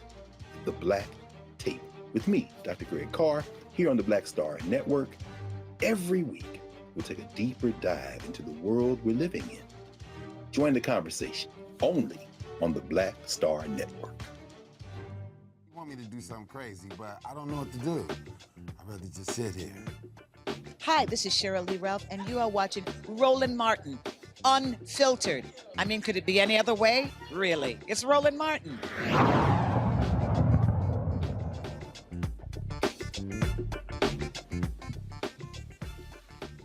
All right, folks, Roland Martin here on the campus of Prairie A M University. Last couple of years, actually not last couple of years, you have seen a number of top players give consideration to HBCUs. Howard University a couple of years ago signed the #1 basketball recruit in the country. This year, Jackson State signed the #1 dual threat quarterback in the country, Travis Hunter. That caused all of these folks to say, oh my God, what is Deion Sanders doing? What is Jackson State doing? Well, last night, Nick Saban, the head coach of Alabama, was at an event where they were trying to raise money for their program. And let's just say Nick opened a can of worms going after Jackson State and my alma mater, Texas A&M. Listen. And you've read about them. You know who they are. I mean, we were second in recruiting last year. A&M was first. A&M bought every player on their team, made a deal for name, image, and likeness. All right, we didn't buy one player. All right, but I don't know if we're going to be able to sustain that in the future because more and more people are doing it. There are rules, just like Nate said. We have a rule right now that says you cannot use name, image, and likeness to entice a player to come to your school. Hell, read about it in the paper. I mean, Jackson State paid a guy $1 million last year that was a really good Division I player to come to school. It was in the paper, and they bragged about it.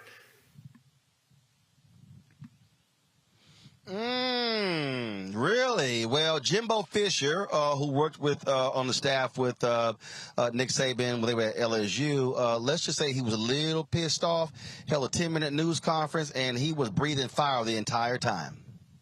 We do things, the ethics in which we do things, and these families, it's despicable that a reputable head coach could come out and say this when he doesn't get his way or things don't go his way. The narcissist in him doesn't allow those things to happen. And it's ridiculous, but when he's not on top, and the parity in college football he's been talking about, go talk to coaches who coach for him. You'll find out all the parity. Go dig into wherever he's been. You can find out anything. And it's a shame that you got to sit here and defend 17-year-old kids and families. And Texas A&M, because we do things right, we're always going to do things right. But we're always going to be here. We're doing a heck of a job. These coaches have done a great job. Our players have done a great job. The whole organization of recruiting people. It's despicable that we got to sit here at this level of ball and say these things to defend the people of this organization, the kids, 17-year-old kids and their families. It's amazing. All right. Well, Travis Hunter actually sent this tweet out. I got a meal, but my mom still stay in a 3-bedroom house with 5 kids with a laughing emoji. Then Deion Sanders responded to his tweet, said, I don't even make $1 million, LOL, laughing emojis. That was about 9 hours ago. He gave an interview with Gene Jock Taylor of Anscape where he said, Deion said, no, we ain't about to have a private conversation.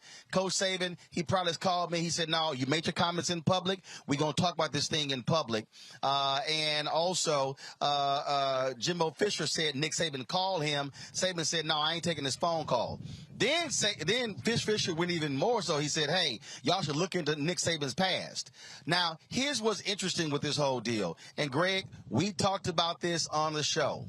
When top black players in basketball and football start saying the hell with the major white schools and start coming to HBCUs, then these white coaches are going to lose their mind, because if what Travis Hunter has done starts a trend, again, he was a #1 dual threat quarterback in the country, committed to Florida State.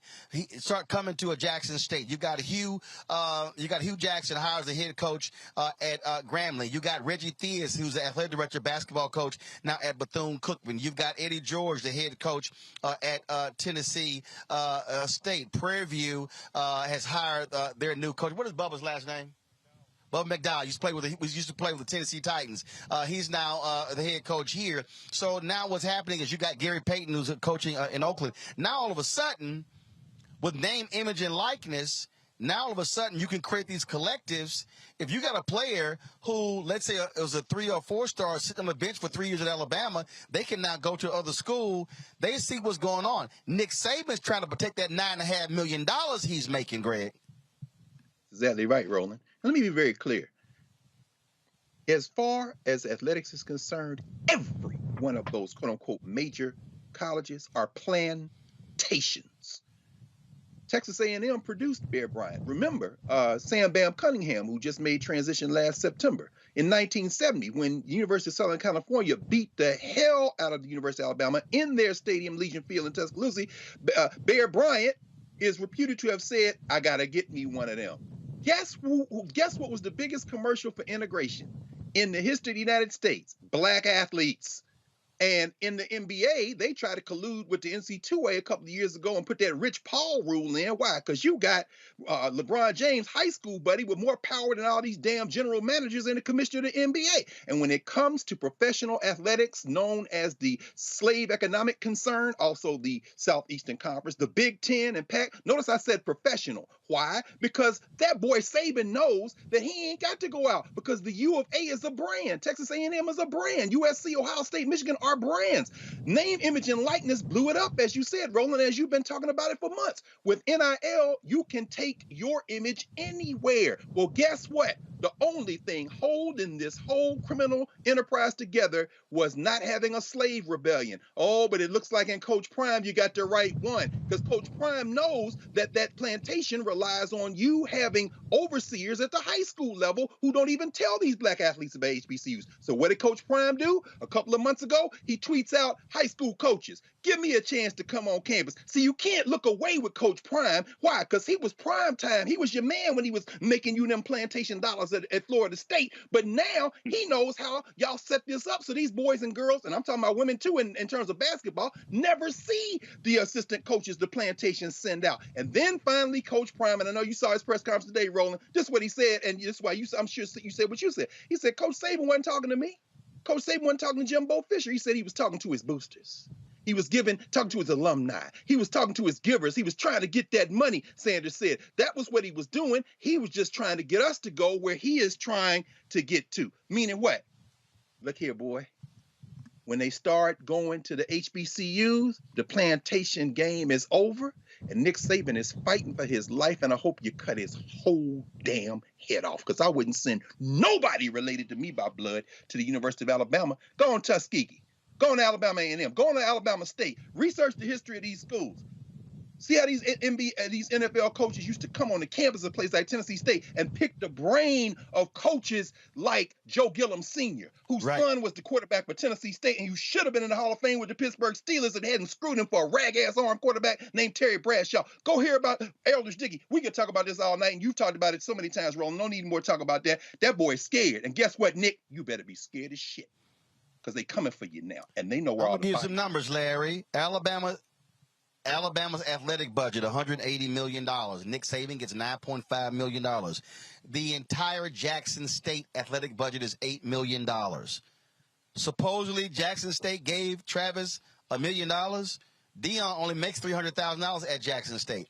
The bottom line is what they are freaking out. They are freaking out that just like a lot of the top Black academic students.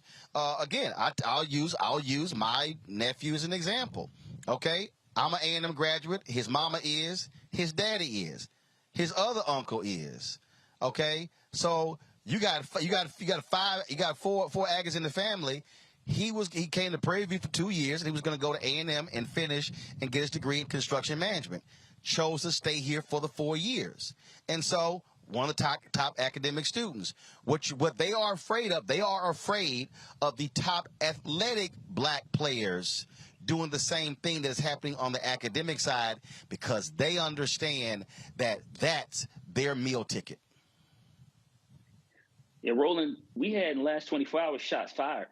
Nick Saban going after your boy Jimbo Fisher, and unfortunately, Deion got caught in the middle. But the one thing that's really important here in terms of what you were talking about and Dr. Carr talked about is really talking about the empowerment of the black athlete. So that's what's really going on here. Financial, and then once again, NIL, controlling your likeness. We've been talking about for decades in terms of making sure that black athletes, because I'm really talking about black athletes here, have the opportunity to make money, because there's, universities selling jerseys, et cetera. But listen, you talked about it. Nick Saban is making plenty of money. He's trying to protect the UA in terms of how easy they can recruit all over the country. They don't just go to southern United States. They go to California and recruit guys. So these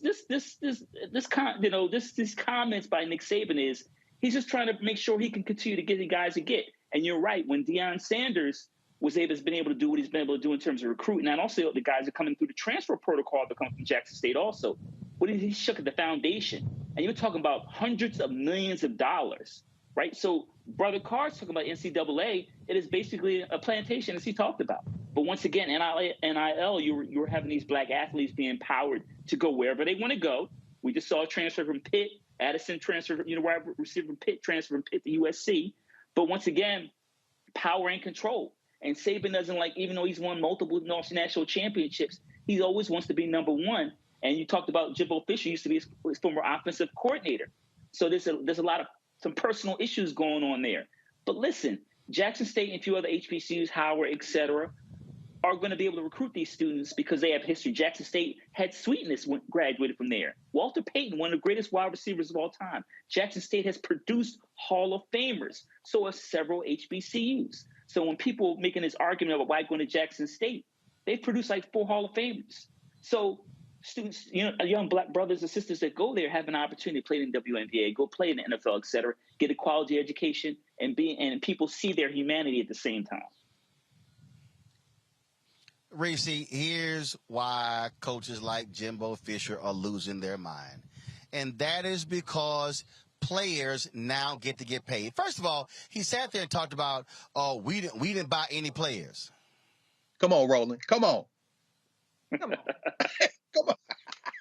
A brother tweeted today that he said, I wasn't going to go public with this. He said, I've worked out with many former Alabama players who lamented that they made more money at Alabama than they were making on the practice squads in the NFL.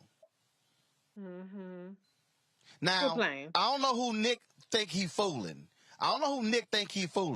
But if he actually thinks that we are this stupid, that Alabama has not been playing players, come on, bro. The bottom line is this here. They are upset that they don't get to control the players. It's a brother who is the top receiver in the country at the University of Pittsburgh. He has said, I'm entering the transfer portal. I want 700,000. You got a basketball. The University of Miami, one of their alumni has set up an NIL deal. They paid an incoming player, I think, $500,000 part of the NIL. Well, the brother who's already there is an All-American. He said, yo, if I don't get 800,000, I'm leaving. What they don't like, and then all these coaches, well, this is not right. The players are making decisions on where to go because of the money. Your punk ass deciding where to coach because of the money.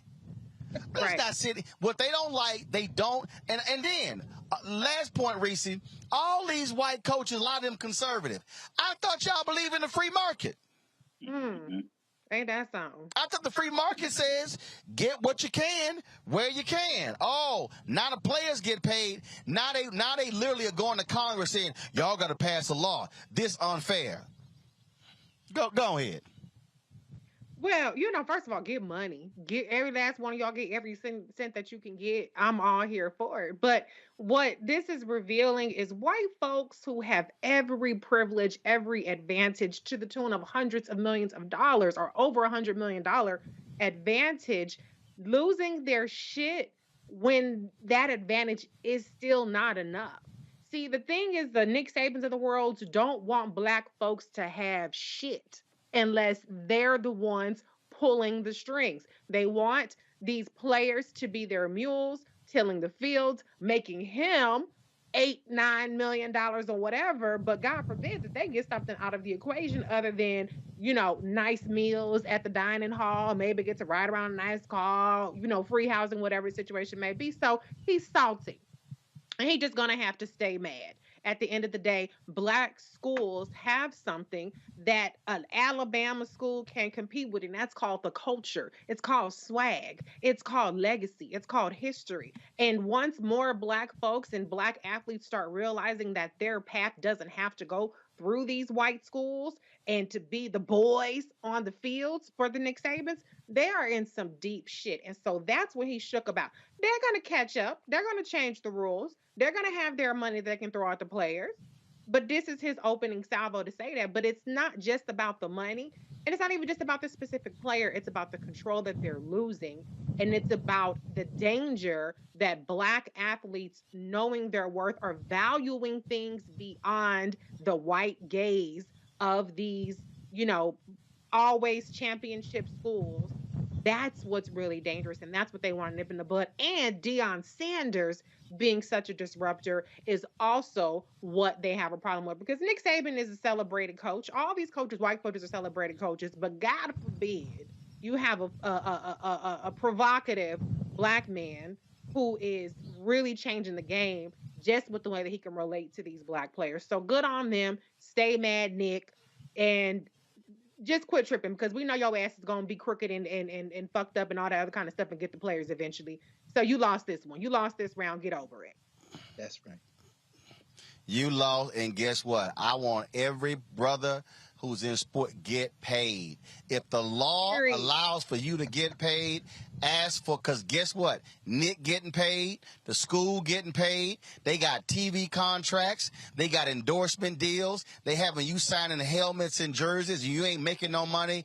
Damn it, get paid. I told y'all America is a capitalistic society, and the reality is the talent is been making the money, and it ain't no different what I've been saying to all these HBCUs. Y'all need to be looking at every single one of y'all contracts and saying, hold up, are we properly monetizing and getting our value? I said it. I don't understand how the State Fair Classic is not on television. Prairie View and Grambling should be looking at their contract and saying, okay, are we making enough money? Grambling should be able to get enough money for the State Fair Classic to bring their band to Dallas. They have it. Okay, somebody should be looking at that contract. All I'm simply saying is, folks, this comes down to the money, taking advantage of the opportunities. And so, hey, if a HBCU can create a collective, Grambling has created a collective that allows for them to go create NIL deals for their players. That's exactly what should happen. So if you got some brother who's a backup to the backup at one of these Power 5 schools, yo, go find $50, $75, $100,000 and say, come on down. Because guess what? The NFL will still find you. Jerry Rice is in the Hall of Fame, and he was down there at little bitty Mississippi Valley State. That's right. Trust me, when you got talent, they'll find you, but get paid. So Nick Saban, you can cry all damn day you want to. We don't give a damn when you crying. So Dion don't care. Jimbo, Texas A&M don't care. And trust me, I don't know whether the October 8th game is going to be in College Station or it's going to be in Tuscaloosa, but I will be on the sideline because I want to see who going to get cussed out when A&M plays Alabama on October 8th. Y'all, that's it for us. Larry, Reese, Greg, I appreciate it. Thank you so very much. Y'all, we got to go. It's been a great day. Let me thank the folks at Prairie A M University for allowing us to stroll through. Y'all think I'm lying. We literally hit them up on Monday and say, hey, we coming through. Can we do the show on the campus? They accommodated us, so we certainly appreciate that. So please, y'all, and remember, I keep telling alumni, give back to your school. Don't be sitting here wearing your letters and talking about your school if you ain't sitting no damn check. Don't be sitting here spending money coming back from homecoming and you buying hotel rooms, tickets, rental cars, food, and alcohol, but you ain't left no check to the university for the next generation. That's all I'm saying. Folks, that's it. Tomorrow, we're going to be live streaming at noon the ceremony at Jack Hayes High School. We're giving away 2 more of my scholarships. We did it last year for the first time. I'll be on the campus of JY tomorrow, and we'll be broadcasting the show from Jack Hayes as well. So we'll be in Houston tomorrow. Thank you so very much, folks. I will see you tomorrow on Roland Martin Unfiltered right here on the Black Star Network. Holla!